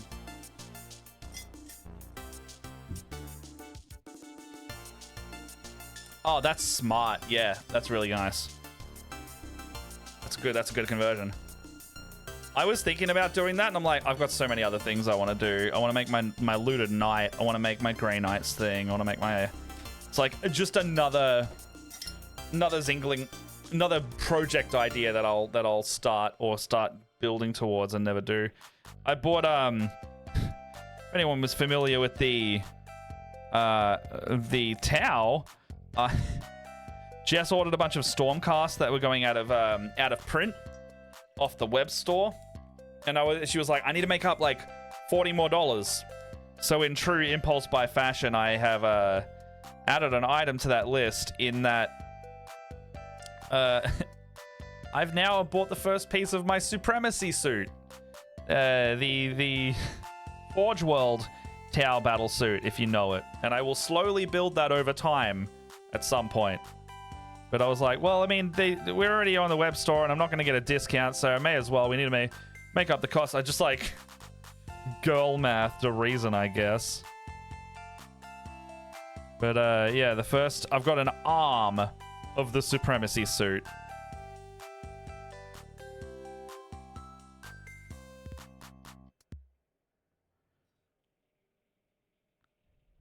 Suppose it will also be easier to paint up if I just have like parts of it at a time too.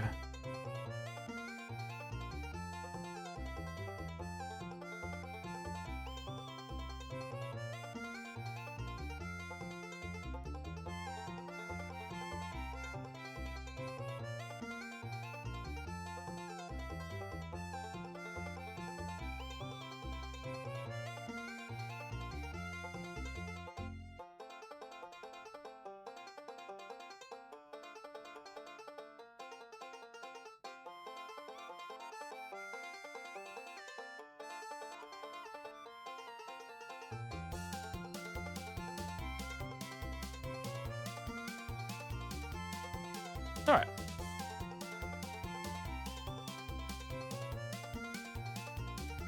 I'm probably just going to come through here and do some dry brushing highlights on the spines anyway. So I'll just make them orange and then I can clean it up with some dry brushing later because I can see a lot of places where I've got the blue-green on it.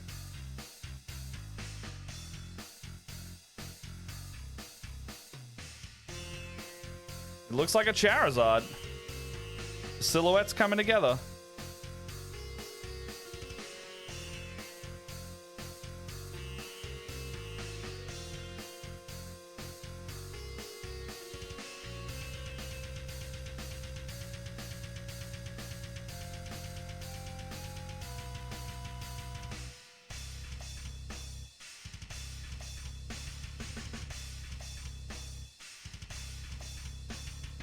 Oh, very nice. I just saw that Goose. I just saw the Black Templar in the Discord. That looks really good.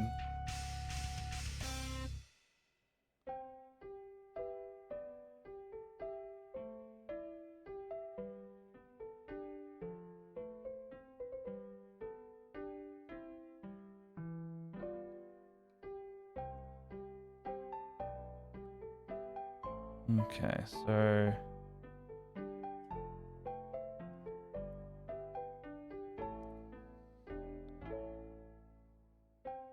back carapace.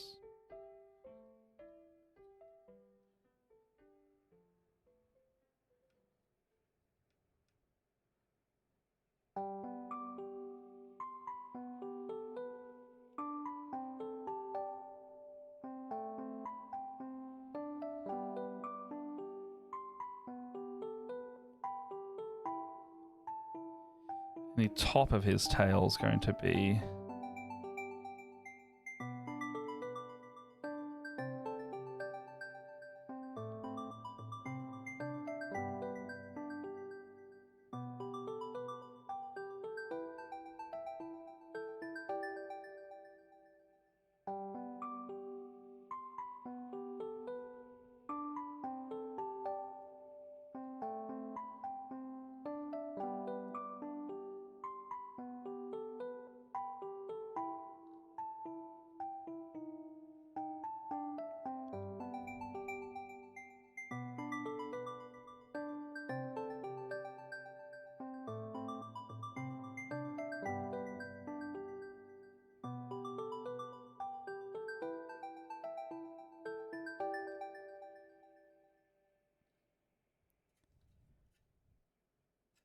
all right. What's everyone got up to over the weekend? Do you have any? Did you do any hobbying? Did you get up to something fun? What'd you do?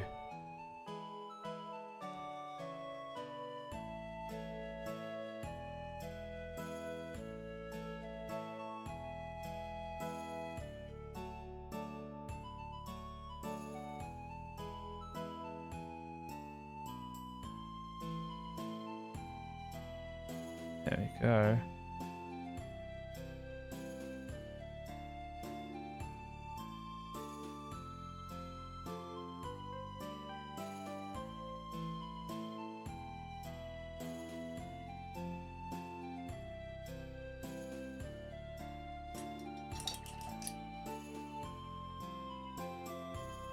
My gosh, I'm using so much of this. I mean, that's what it's for, but I feel like I've done this mix like so many times now. 1, 2, 3.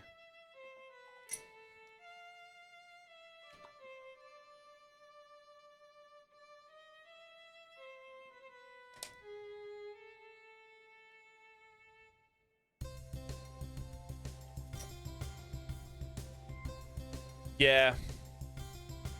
Agree with that. This is like a sub-assembly, but also like you can get nice skin tones off the white. Depends on like if you're doing a white skin tone as well. Like if you find yourself like wanting like the darker shading, I like priming in black as well. And then if you want to paint like an olive skin tone, actually a Xandri dust spray can go quite well. Because then you've got kind of that yellower tint in the skin. And you can get to like the Mediterranean and Middle East and Asian tones quite nicely, like with the very, and it's like super subtle. It's not going to be like yellow skin. It's going to be like the warmness, but on the yellower side. Vallejo browns and off-whites are a good starting point. Yeah, I really like the Vallejo green. I use that for my scorpions, actually.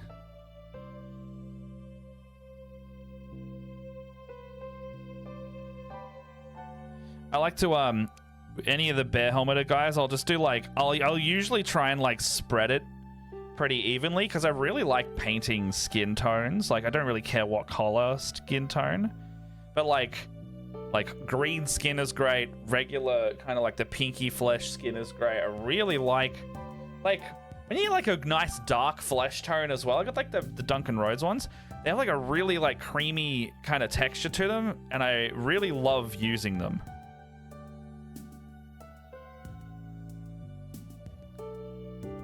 Ah, fair enough. Yeah, no, there's only one place that sells like the larger variety of Vallejo, and I've only bought the green so far, so I haven't had the chance to try it. I'm usually a Citadel primer person, so because they're the easiest to get sent. You can't get them shipped around here either, because they're not allowed in the post. So there's a total of like 1 or 2 stores we can go to for them.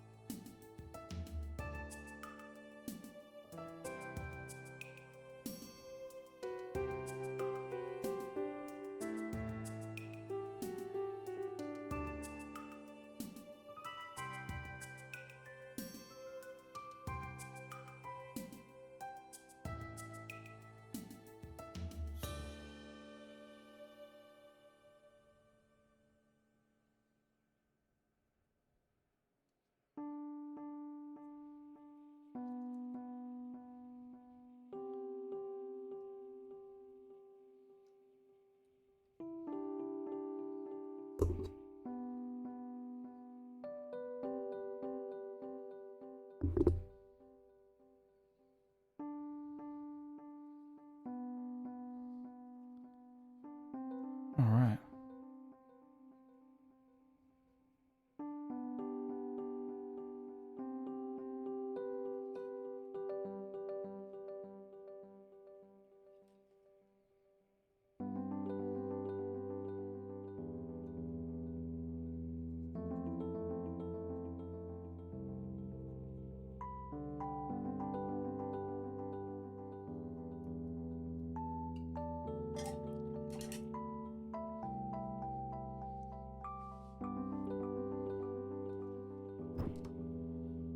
All right.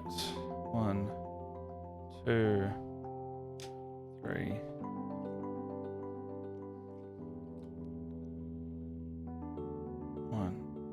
Oh, 2,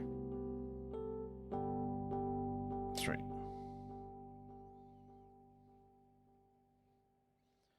I'm going to switch off this playlist, going back to my regular one. I might stick it in random.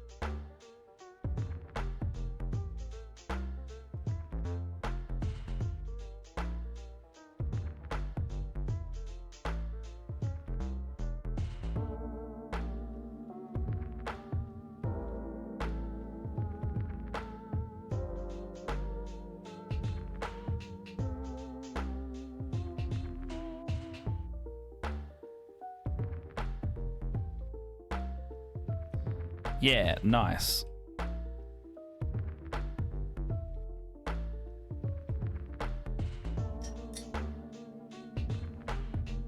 Maybe the products we might need more kits for the rest of the... Hey, you're... You're not even halfway through the year this year. That is gonna be broken, my friend. I'm a bad influence. I cannot help you here. I'm going to corrupt you further, if anything.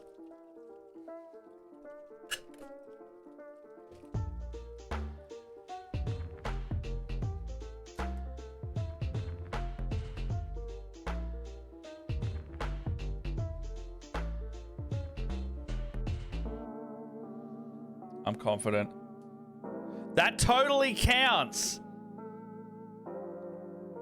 That totally counts.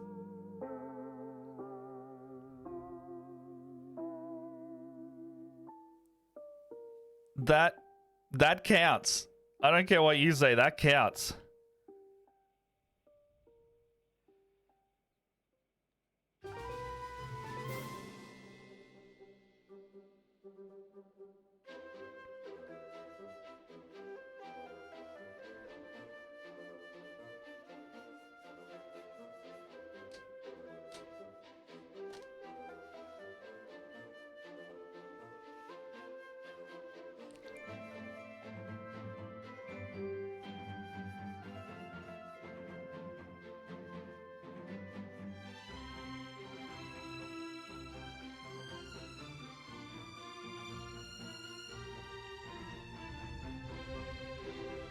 I feel like because this is a Hive Tyrant and a character, I'll give it some extra attention with some dry brushing. Because this, you know, this brown's nice, but it's very much blends in with the orange, right?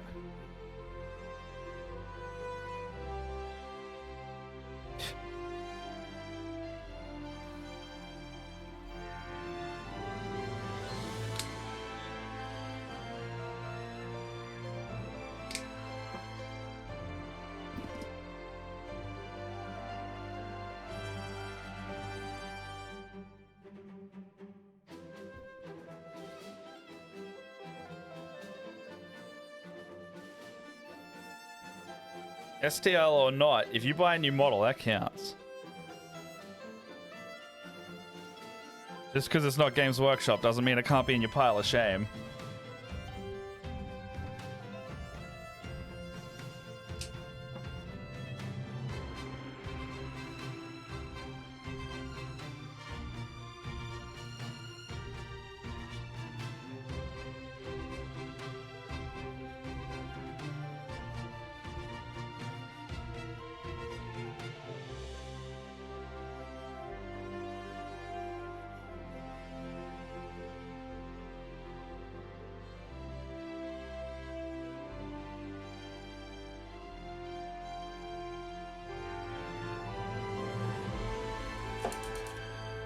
Oh, yeah, that's fair enough.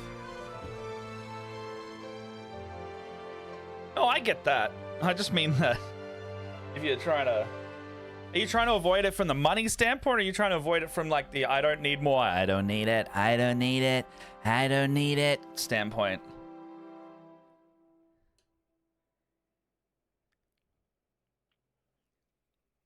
Oh, fair enough. Do what you want then. Yeah.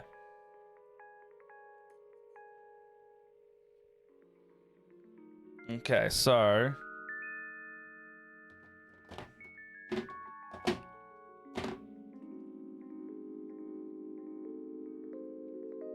And now we're onto the Pokemon Lo-Fi. This works quite well.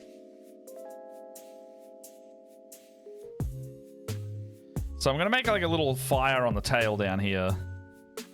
And I'm literally just gonna like do one plate at a time going up. Literally through the reds and stuff.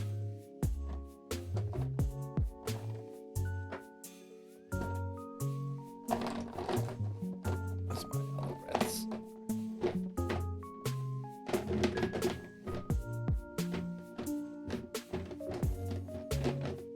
Alright, so I call it stupid and less overpriced nerd plastics. I don't yeah. No, I know. I come from the country where we get the Australia tax. We very much know how much it costs down under to have this stuff. It is quite prohibitively expensive. Yellow, orange, red, red. So yellow, yellow, orange, red, red. Yellow, yellow, orange, orange, orange, red, red. Okay, so yellow, orange is next.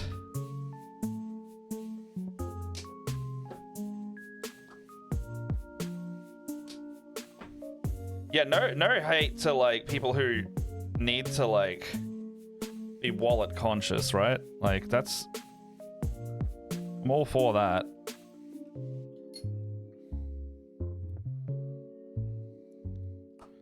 Because this is it's a pricey hobby, man.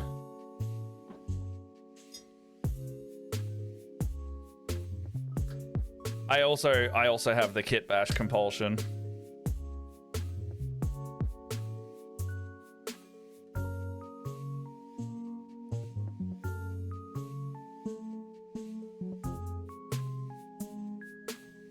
So yellow, orange.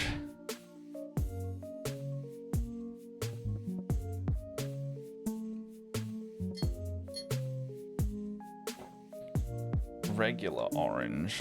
I'll move down a brush for this. Maybe not. Let me move to this brush.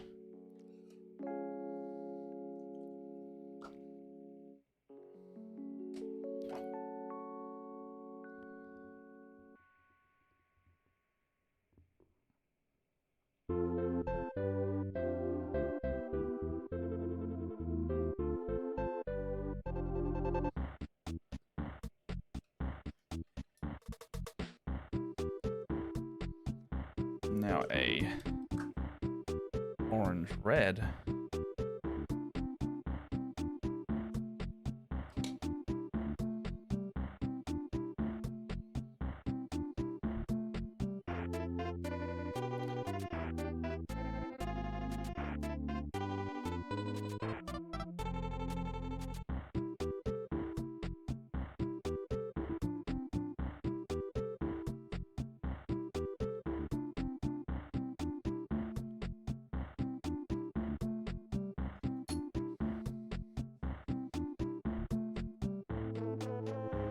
Yeah, no, I look on like the Facebook. I look on the Facebook Marketplace, and those kind of areas. I've bought many cheap models from there myself.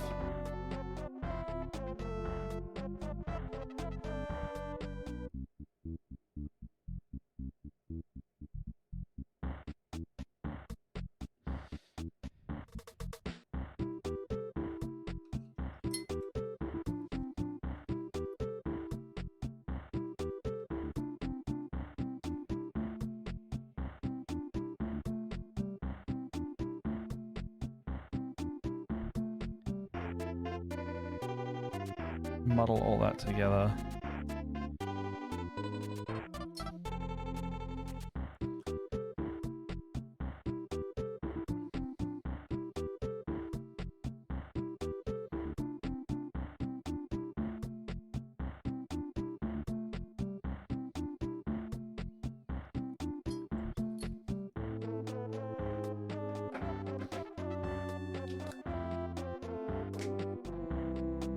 Holy crap! Yeah, fair enough. That's expensive. I mean, that'd be like $200 here. God damn.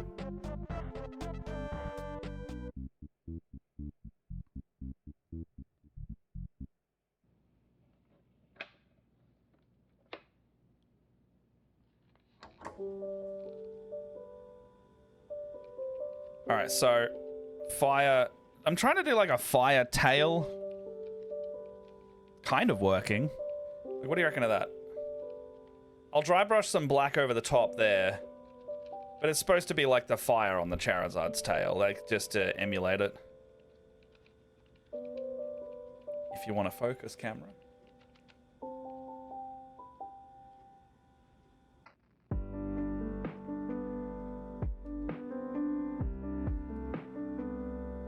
Too dark red? Well, I'm going to dry brush a bit of black on the end there. So what do you reckon that'll do?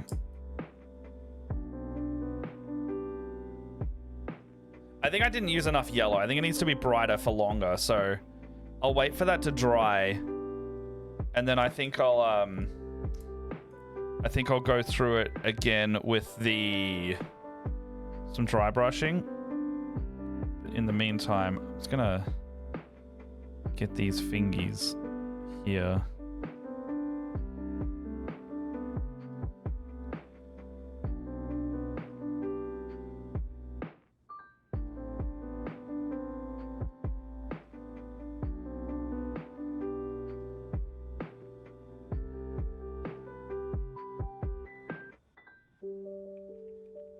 Start with a white-yellow mix at the base. Yeah, the problem is it's contrast paint, so it's like... also, hello, extra. The problem is it's like, I'll have to dry brush it with like actual acrylics rather than the slap chop. Yeah, so that's kind of like, well, it's not supposed to be like a glow. It's just going to be like if it looks roughly like, you know, if you can look at that going like, that's a Charizard, and the bottom of his tail's like brighter to darker with the white to the red. That's all I really care about.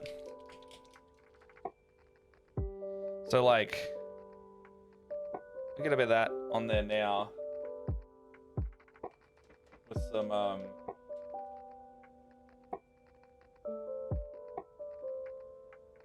god, unscrewing that cap simply.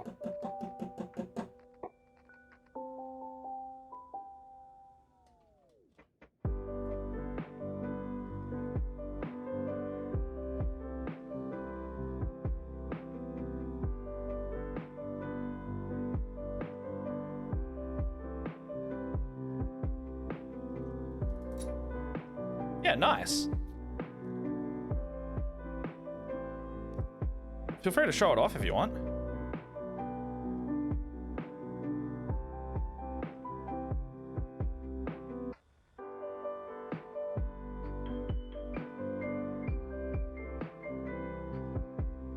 Welcome to the Discord.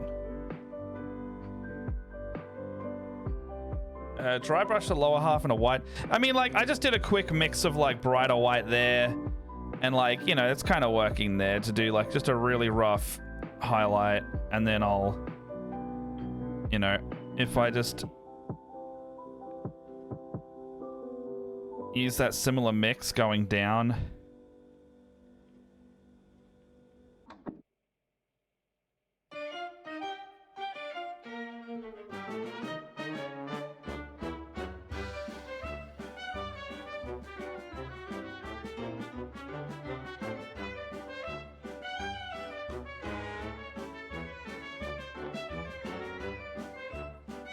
Fucking edge highlighting with the most frayed brush. I mean, see that, like, that looks... It looks better already. It's not supposed to be, like, a hugely complex thing. I mean, the fact that this is nice and transparent is working in my favor, because it's like, well, even if it goes on the darker colors, it's still kind of operating in the way that a quick edge highlight should. You know, like that.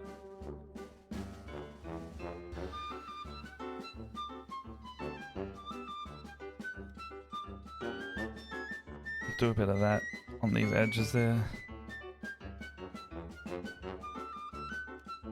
And like as it goes down, I'll just not highlight it as much. Put a bit more water in this, make it more transparent.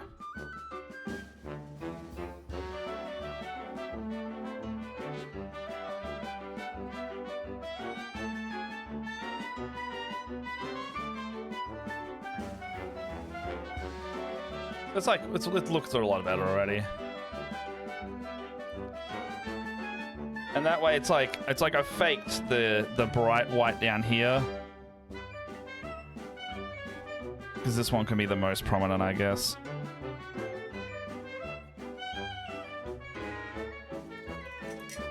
Yeah, that looks way better. Welcome to the Discord, by the way. Thank you for popping in. Yeah, you got that artsy stuff channel, so make use of it if you want to show off your stuff. And what I wanted to do was with my dry brush, I wanted to get like an off black, like this Death Reaper,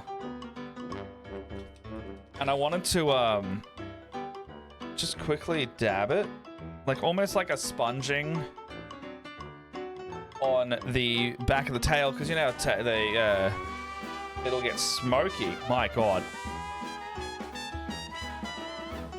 This music's a bit too loud. There we go.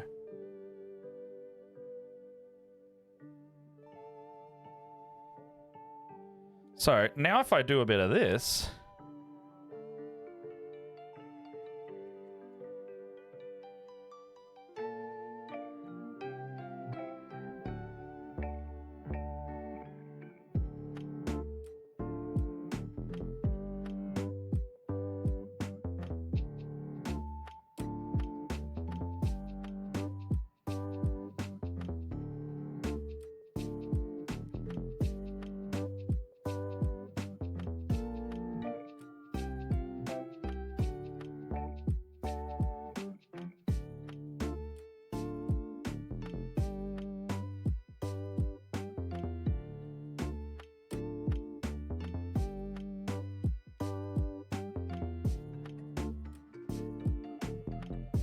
So now we've got it starting nice and bright and then going down to like a tail of smoke.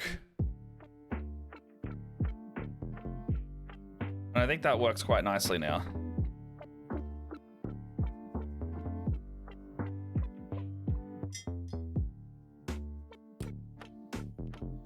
I'm just gonna, where's my pterodon? Achelian green. The art in the art channel, the combat patrol boxing, the Farseer. Oh yeah, okay. What we got here? Oh yeah, that's looking nice. Is that a conversion? Farseer body, a witch head, a Yunkan energy swirl, a Wraithguard armor piece, and a Guardian pistol. Yeah, I like that. It's nice. Yeah, that's cool. That's a good bash. I don't know about... Oh, wait, hold on. I do. Hold on. Let me get my Kroot one I kit bashed.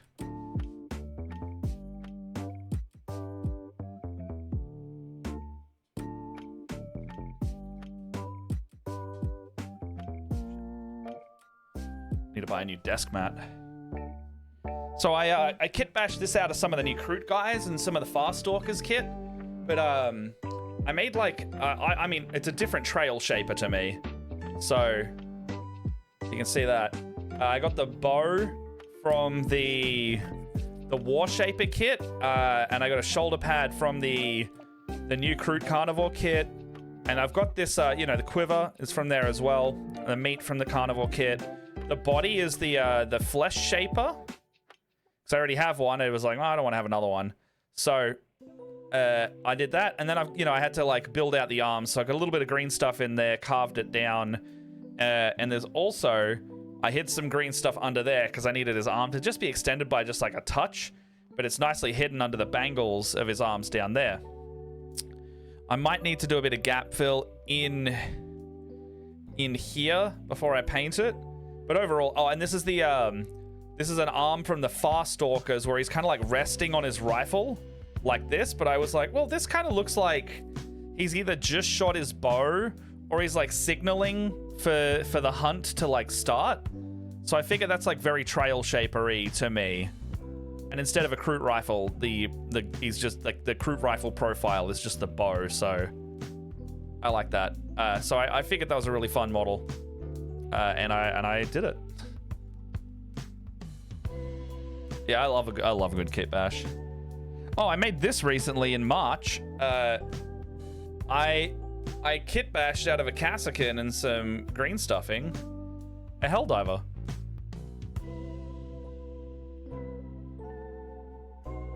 And he's got like a cape and everything. Got the Super Earth. I just love he's like...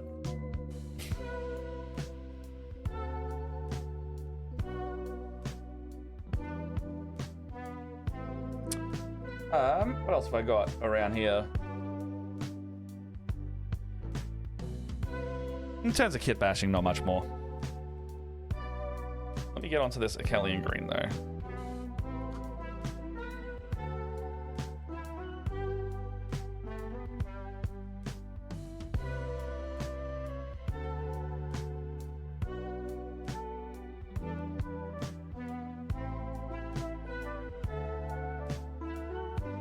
before Helldivers was announced. Yeah, yeah, no, I've seen it a few times since. I need to post mine on socials. I mean, I need to also finish that one.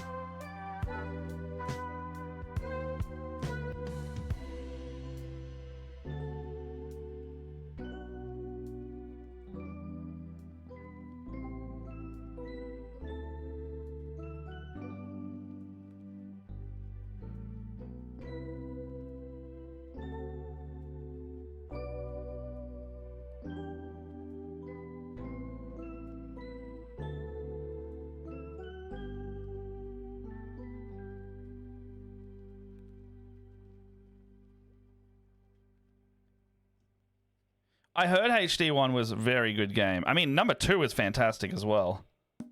I'm so happy that it's got the success it does.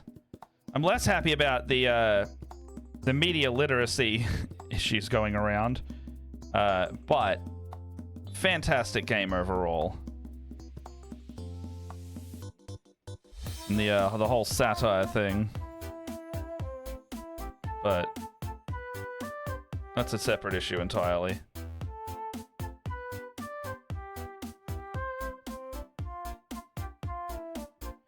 Yeah, that's it, right? It's one. They're like, oh, it's not political. It's like, you if you read into anything beyond surface level, it's pretty political, guys. I mean, and like in political in the way that it's like satire. Like it doesn't have to be like, doesn't have to be pushing anything. It's just like it's making fun of fascist dystopias. It's a joke. Like it's a giant joke. People are just like, no, America can't be fascist. I'm like, well, I hate to tell you this, buddy. Anyway, here is. So I need to. So I can see like down here. I actually really like that tail now. I need to dry brush down there, so I might crack out the old, vampire fang. Yeah, that's exactly it, but so what's funny is, the same thing that happened to Star Trek Troopers is now happening to Helldivers. Like, the same problem happened back then. I find it hilarious. Because stupid people be stupid either way, you know?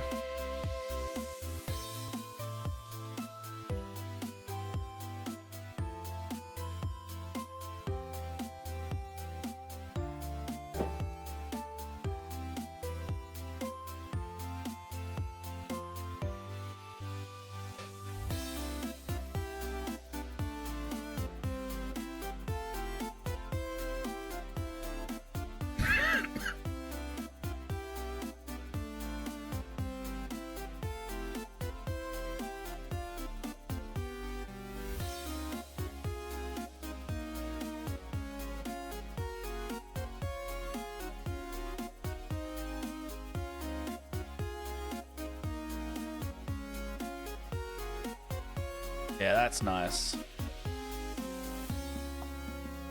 I mean, it's the same group of people who are like, Warhammer's not satire. I'm like, kind of is, guys. I hate to burst that bubble of yours, but Warhammer's pretty satirical. Yeah, exactly. 40K is a comedy through a grimdark lens.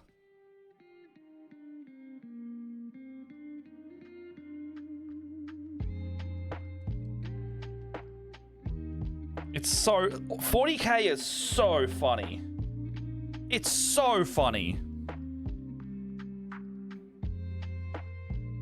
And it's like, it's cool that you can do that. Like, you don't have to have it be separated. You can have something that's dark like that and be stupid and silly and like Starship Troopers. It's just it's like, here is the worst of what this could become. There's a race of There's a race of Cockney fungus monsters that manipulate the universe through their collective stupidity.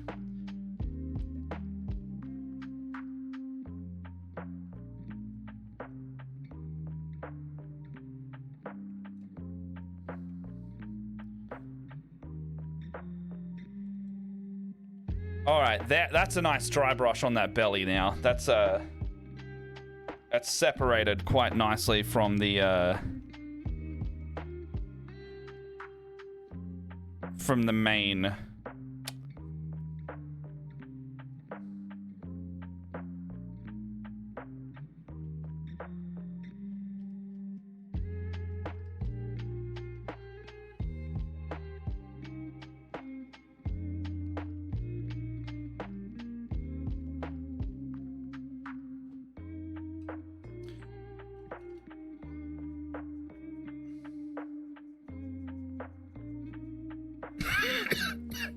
Sorry.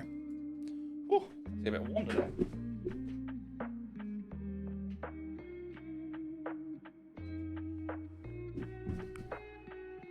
Yeah, the little clown army of the Death God. And it's like, hey, we're all just we're just big goofy guys. Laughing God, yes.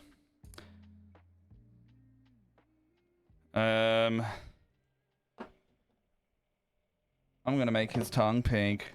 No, I'm gonna make it red.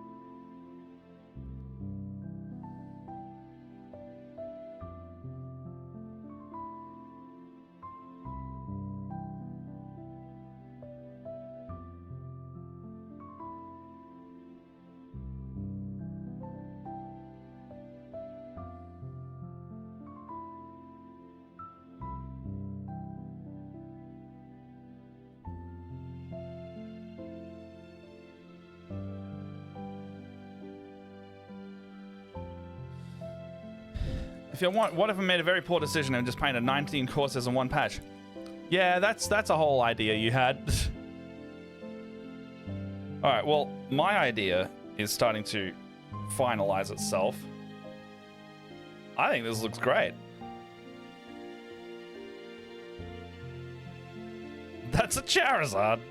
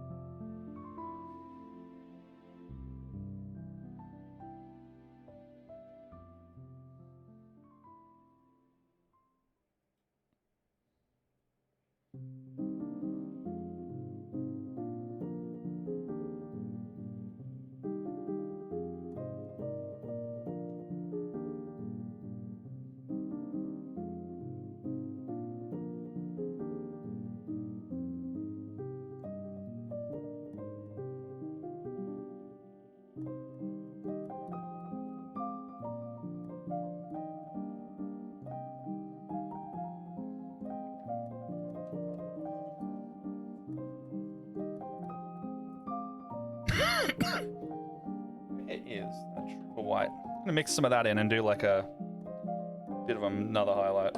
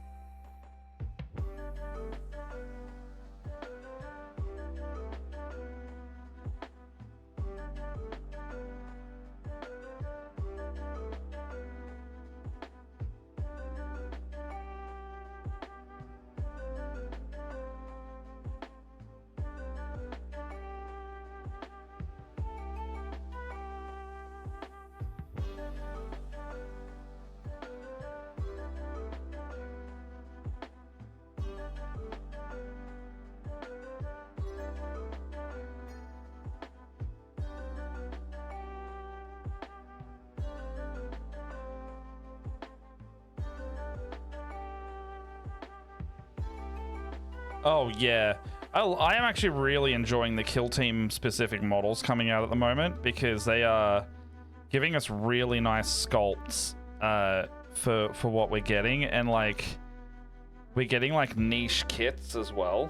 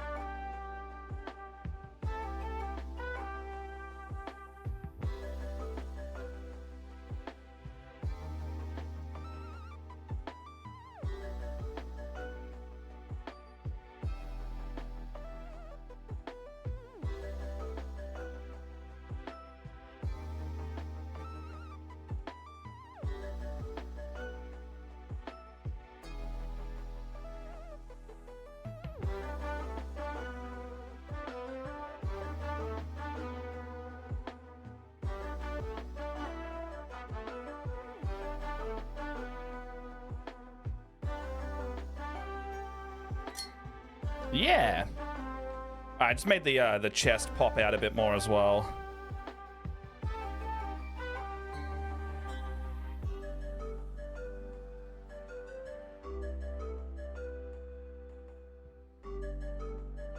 It's like little eye-catching bits I'm just trying to get.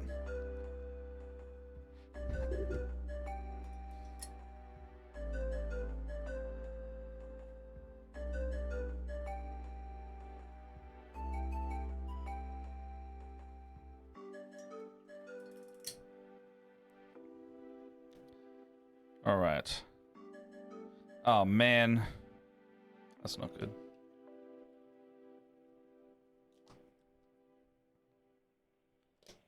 I think I'm starting to need the painting handle.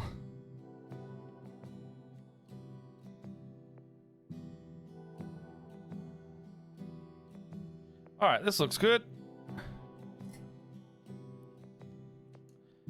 I might, question is, do I dry brush it with something now? Or do I leave it as is?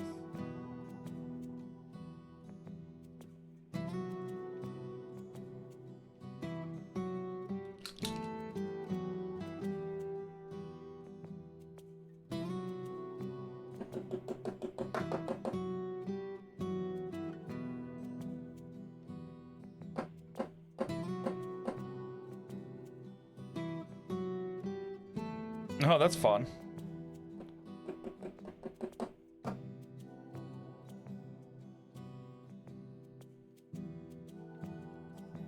Get the captured. When they are destroyed and removed from the field, they faint.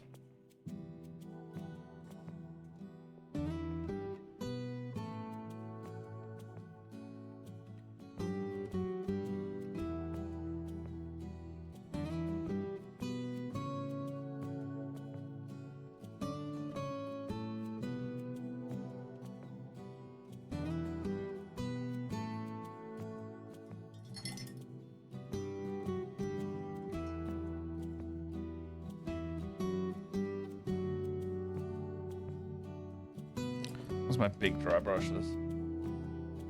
There it is.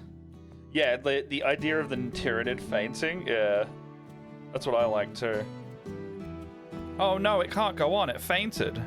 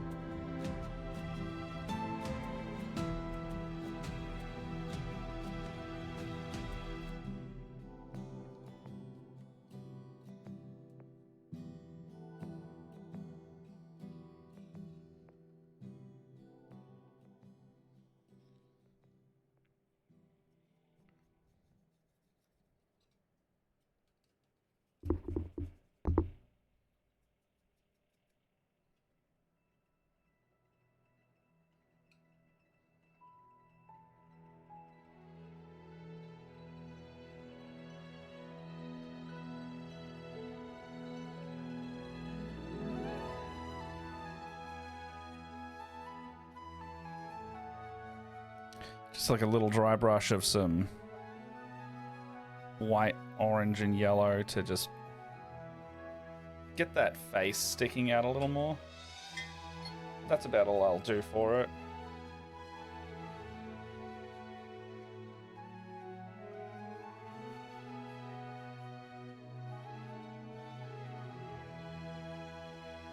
Get that bloody yellow out.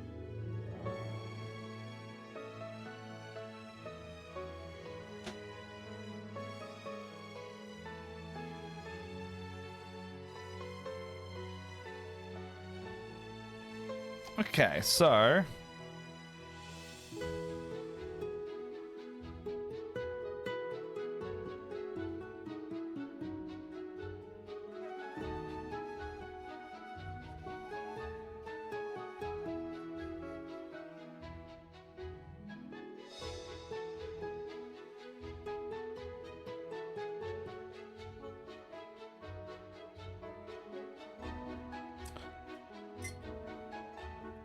alright. I think I'm pretty happy to call that done. Like, that's a solid job.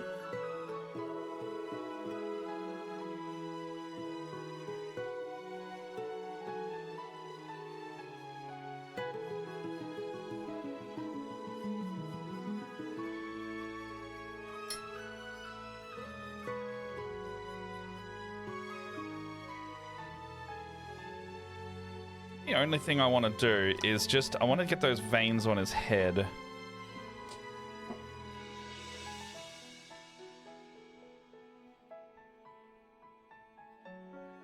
Oh, I need to brush again.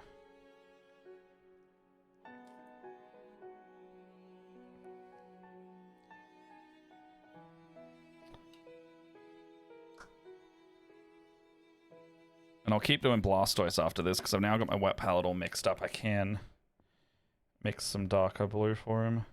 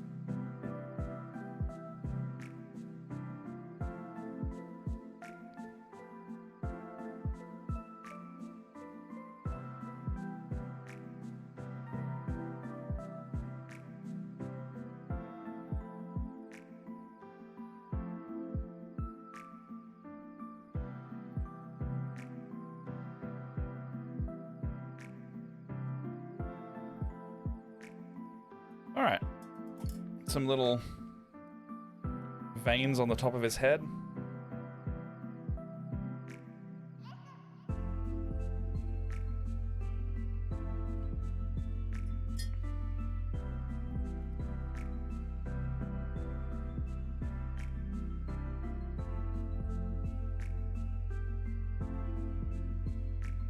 I think I need to do is just like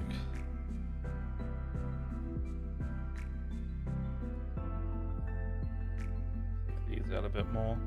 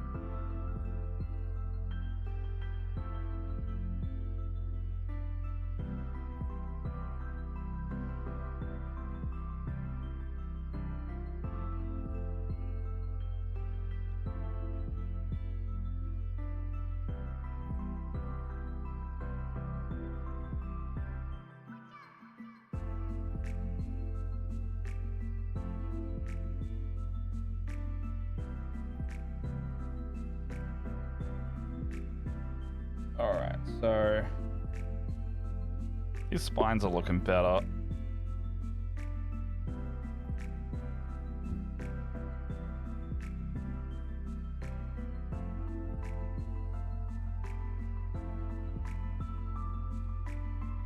Probably not going to do too much more on him though, because I'm just fighting myself at this point.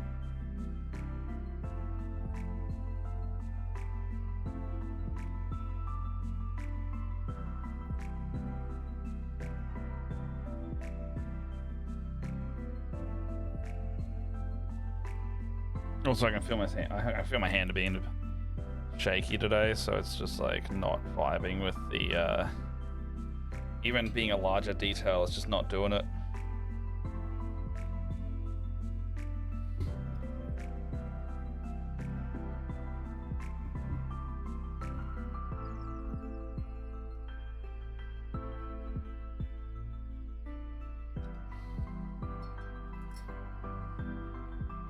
I do like the spines better like that though, so I will do them quickly over here too.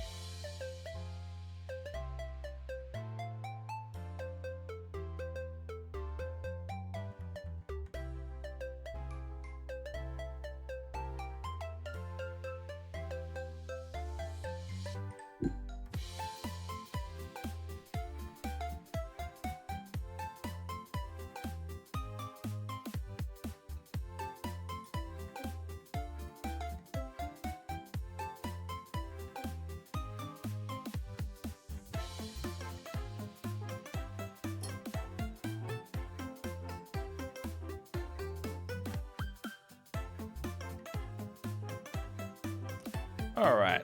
So the spines are now defined again, a bit better.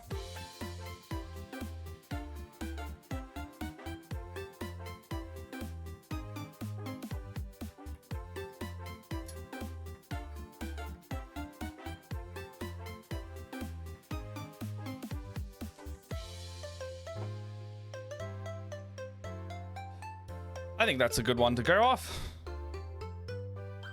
Let's put him over here for now. All right. Charizard is done. Let's move back over to here. Storm Fiend is what I was using for Turtle. Let's get Blastoise back in. So Blastoise, similarly to this one. So we've gone with a darker shell on this. Ow. Hilarious things about the Helldivers when we played the first game. Super Earth propaganda video and assumed it was going to be a horror bureaucratic regime. Oh yeah. That's why it was so funny. Like, cause like, you can disconnect from it and just be like, this is stupid and this is, like, it's a parody of this fascist government, but like your guy has no control. Yeah, you know, it's stupid and awesome. They have no control over being free from it or not. In the same, it's stupid in the same way as well that Warhammer is. In that, like, it's got that self-awareness of like, you can't change anything about this situation, or not easily, but you can have fun in it, in the setting. Like, it gives you permission to be bad.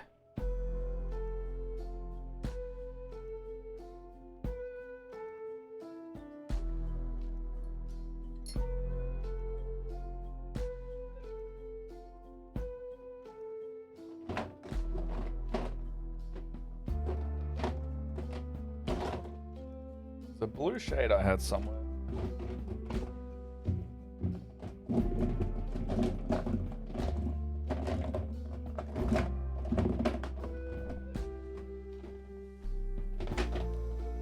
Yeah, I know. That's the unfortunate side effect of this.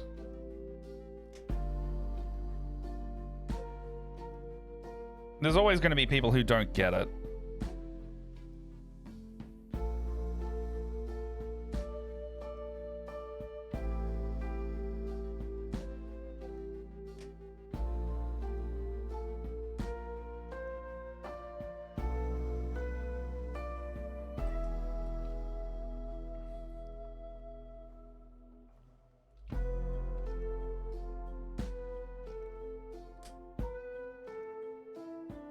I think Storm Fiend might be the wrong option for this.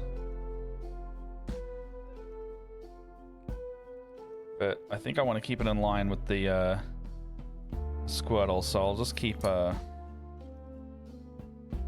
trying with this.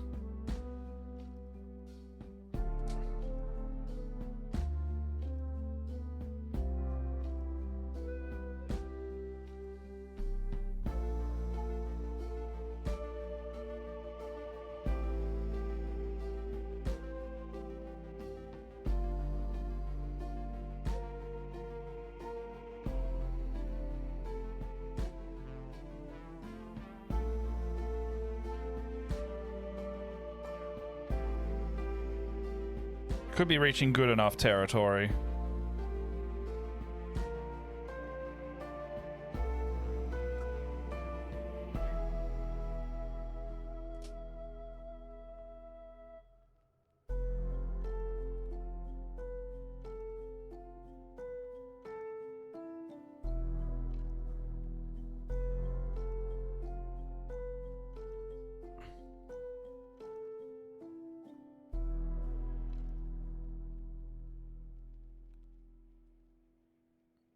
Yeah, that's good enough. Yeah, servitors are a really good example of why they're not.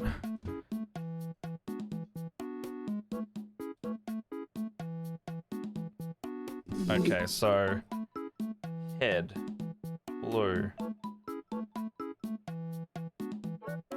Most of head blue.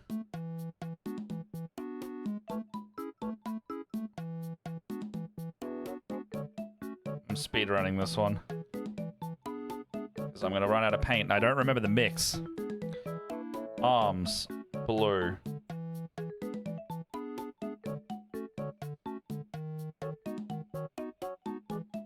Carapace. Blue up until the bottom of the claw.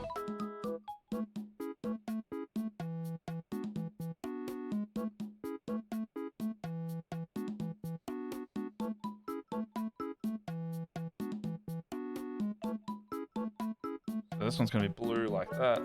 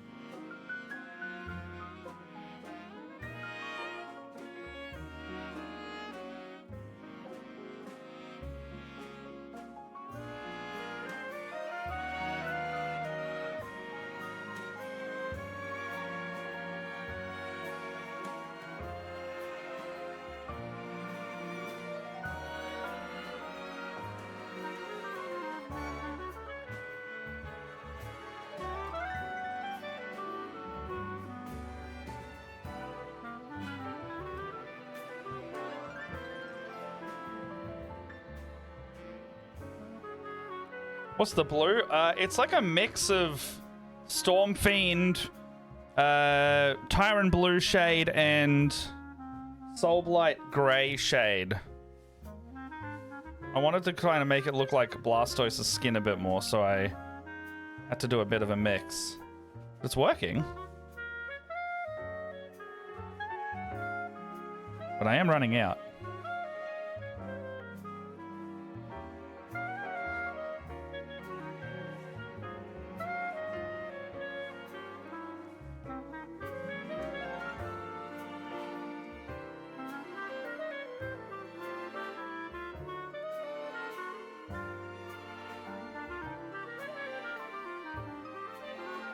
Yeah, the Storm Fiend. Yeah. Storm Fiend's like a hit and miss color, I've noticed. Okay, on the... These guns are good. I think I can get away with that just being the,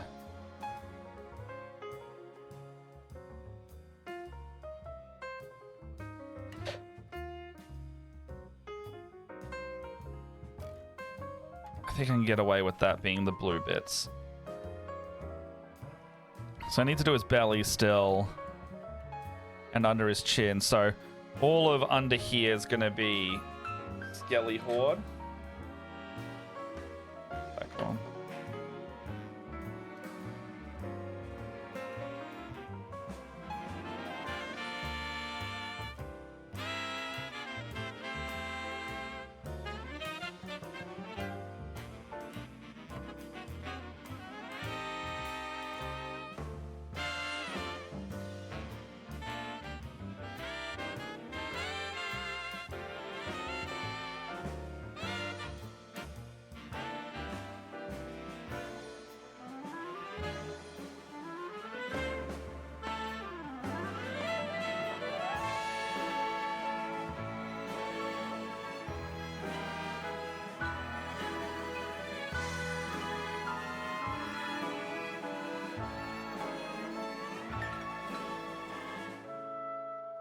The issue I'm having here is that there's not a lot of underneath for this Skelly Horde to go on because it's so dark down there.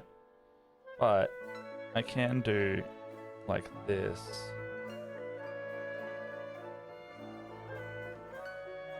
In the mouth.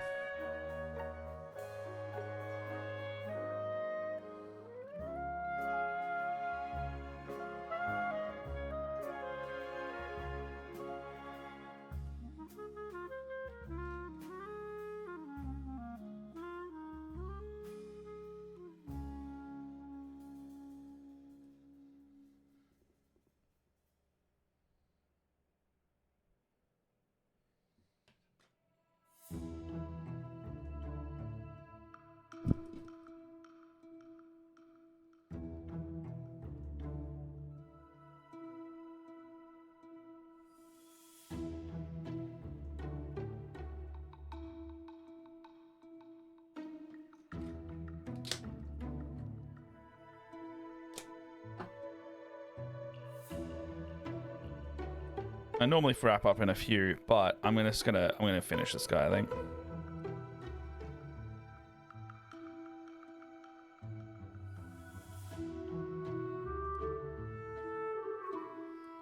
It's looking good.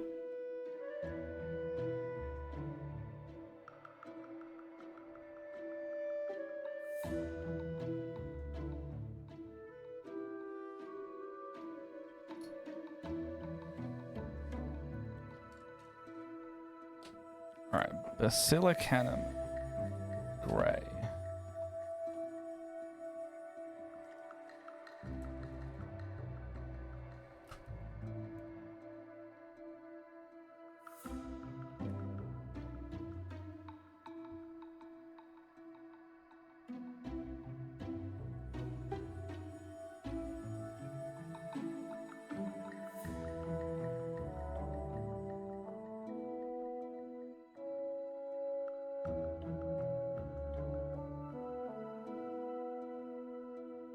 I'm gonna have to dry brush this one up.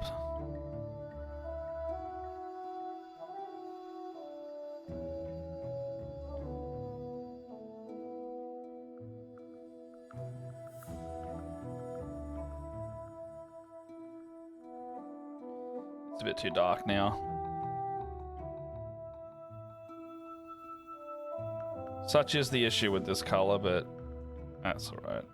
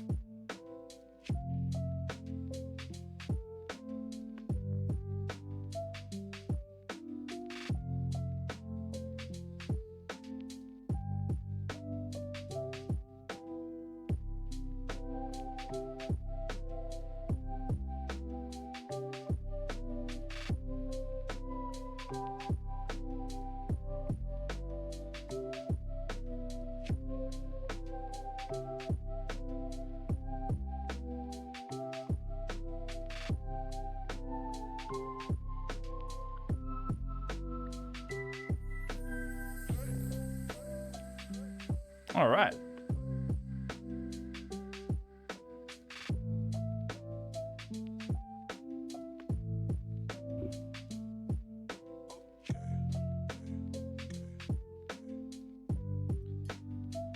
Blastoise.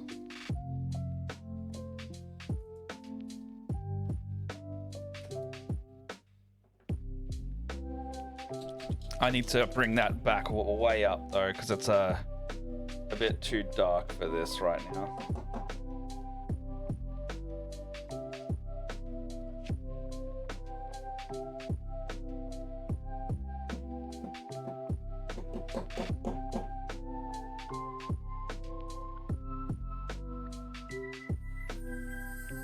Are you too hungry? Is that why you're looking at me so much?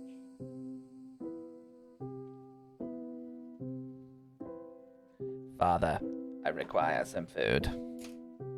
I also require food, little guys.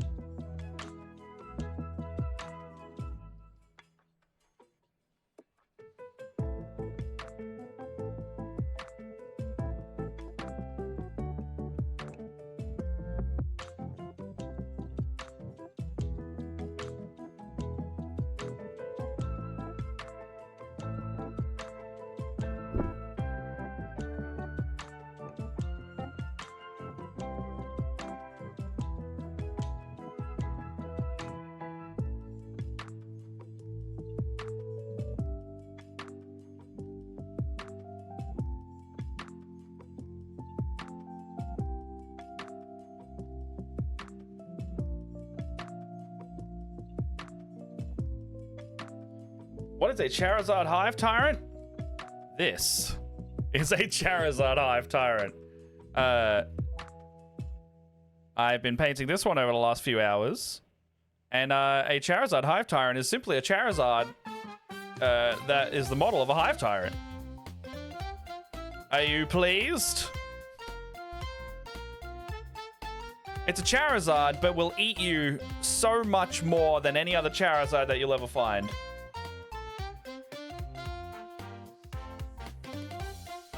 Oh, and here's a Blastoise. If you would like a Blastoise.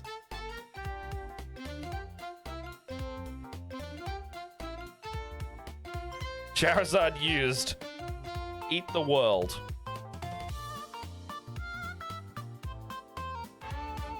Blastoise is going, nerd, nerd.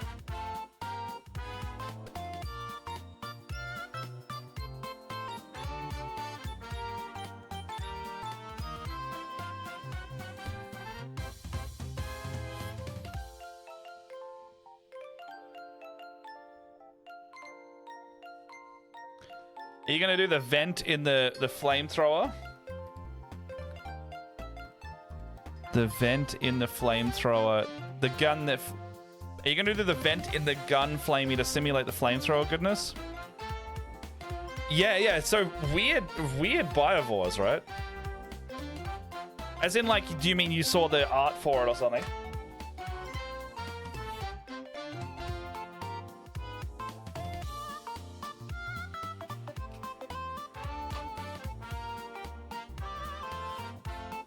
Sorry for the Hive Tyrant.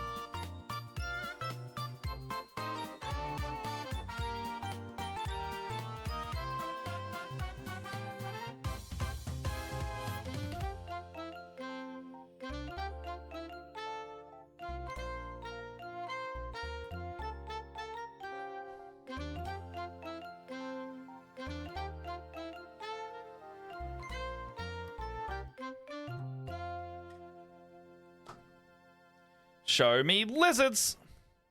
They're both looking at me because they're hungry. No feeding on camera today because we got to go soon.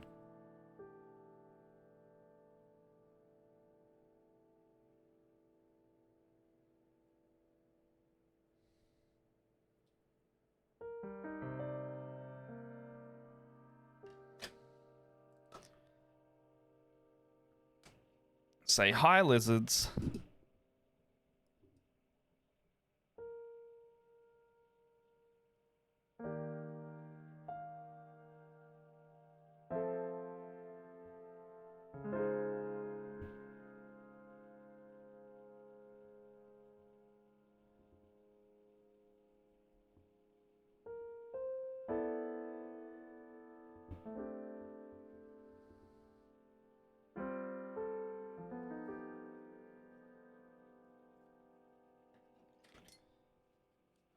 Oh, that's pretty cool. The flamey gun vent to simulate the flamethrower goodness. I mean, I could. I don't have any like 3D printed flame parts or anything like that. So like it would be fun to have like a gout of flame coming out of there. I mean, I did the tail like the Charizard flame. So down there. Or I tried to. I think it works.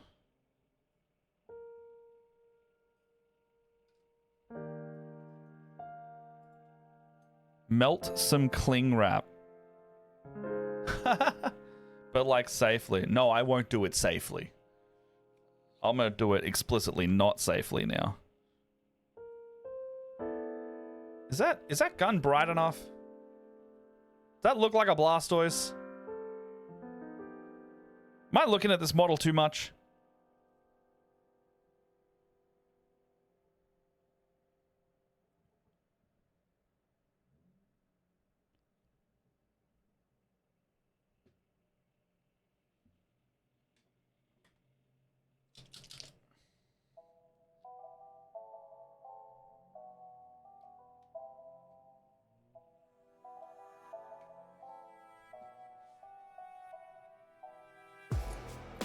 I think it doesn't look like a Blastoise by it not being a tortoise. But like, does the color palette look Blastoise-y?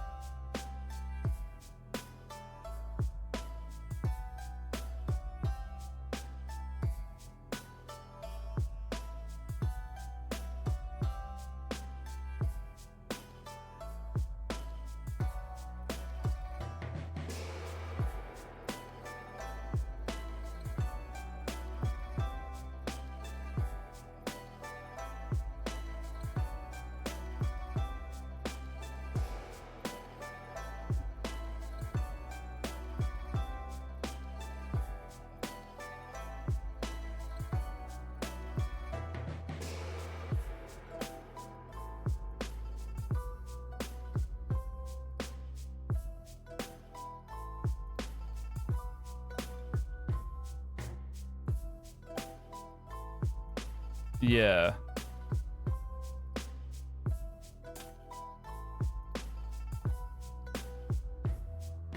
Because the Squirtle down here is the other one, but he's like... I've noticed the shell gets darker with his age, so... I could bring it a little bit up because that's the official Pokédex art there. I can dry brush a little bit on it.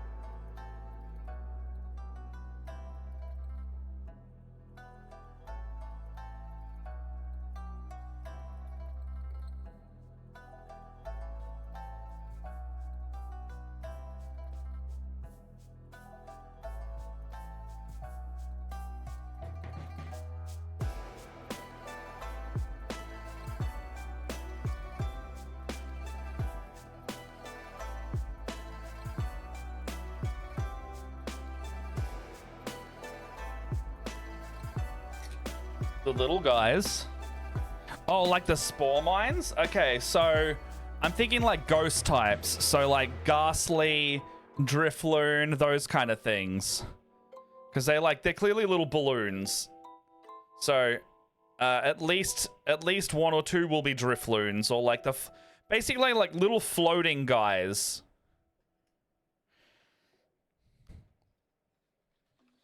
I got like 6 of them. Oh, like the Gaunts? I've already got them all. Hold on. Drifloons are fucked up. Yeah, no. So my Gaunts are all like EVs and starters. And then my Neuragaunts are all like stuff you'd find in Route 1. So, in Route 1, you see like Pidgey. No, it's like Rattata, Bidoof, and stuff like that. It's what all my Gaunts are. They're like the early game chaff stuff you find and typically don't keep around very long. My Mewtwo is a Norn Emissary, so that one's on the road. I've got a Machamp as a Screamer Killer. I've got a Tentacruel as a... I've got a Tentacruel as what's it called? As the Neuro Tyrant. He's over there. You can see him down in that shot there. In my level 98 Pidgeot, beg to differ. Okay, so...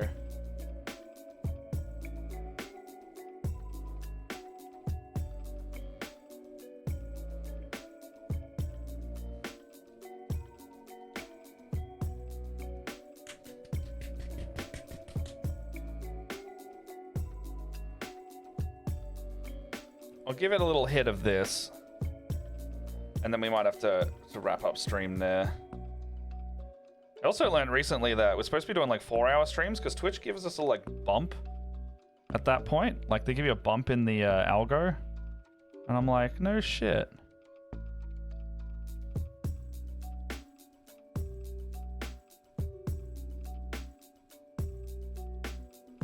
Toxicrene is a Bulbasaur. I'm not. So my Bulbasaur was another Termagant as well. But I've got a... I don't think I'm going to get a Toxicrene. But I have a Parasect as a Cycrophage. If you like that.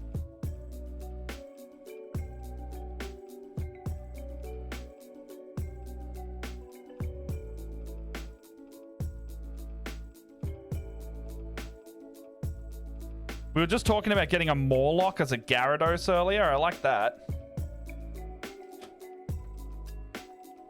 And then maybe a...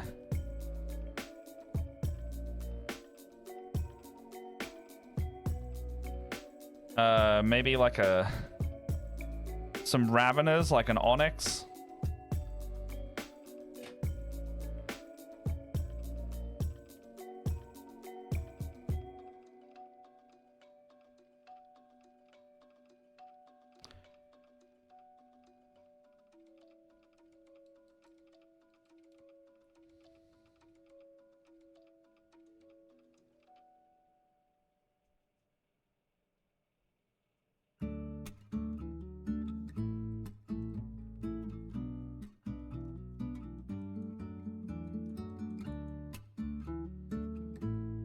Oh, I'm starting a Planescape campaign tonight, by the way.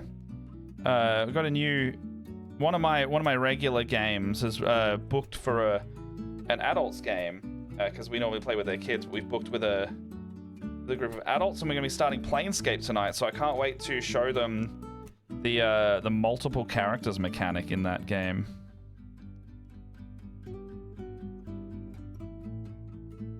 All right, there we go.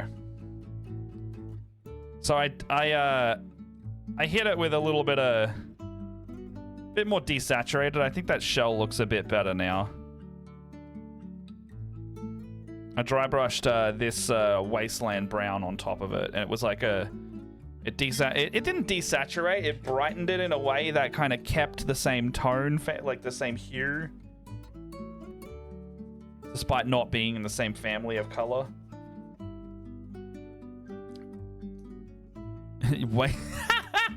Wasteland Brown is my Fallout name. That's funny. All right, well, here are... Well, I did starters last week, and now I've done evolutions this week, I guess. So here's Blastoise, and here's Charizard. I think they came out great. Later, I might hit the Charizard with some more dry brushing, but other than that, I think he looks pretty good. What's the time now? It's 1:20. I need to go. I didn't realize I hyperfocused for 20 minutes. Unmedicated ADHD makes time not exist. All right, let's have a looky at who is streaming. I can see... Okay, so no one's doing some mini stuff. Oh, hold on. Dice Legends is painting minis for D&D. Let's go over there. I just played with Dice Legends recently. They were DMing a game for us at GaryCon. It's very fun. All right. So, Dice Legends is a channel of ours, channel friend of ours over in New Zealand. It looks like Vahid is painting minis for Dungeons and Dragons, having a little chatty with their community. Let them know that we sent you. We're gonna raid in there. They're good folks over there. I always like seeing them. So, thanks for tuning in. We're going to be back on Thursday, same time. So 3 hours ago, actually 3.5 hours ago at 10 a.m. for us. We'll be back on Thursday. It'll be me and Leia this week. And then I'll probably be doing... I probably need to get more of these done, if anything. So I might be doing more Tyranids. If I'm not doing more Tyranids, then I might be doing the new Kroot that I've got, because I got so many new Kroot I need to build. Anyway. Have a good one. I'll see you over there if you're sticking around. I'll probably raid and run because I need to go get some lunch. Oh my god, I'm pausing this music. It is hurting my brain. All right. See you later, everyone. Be nice to Vahid and all the wonderful people over there.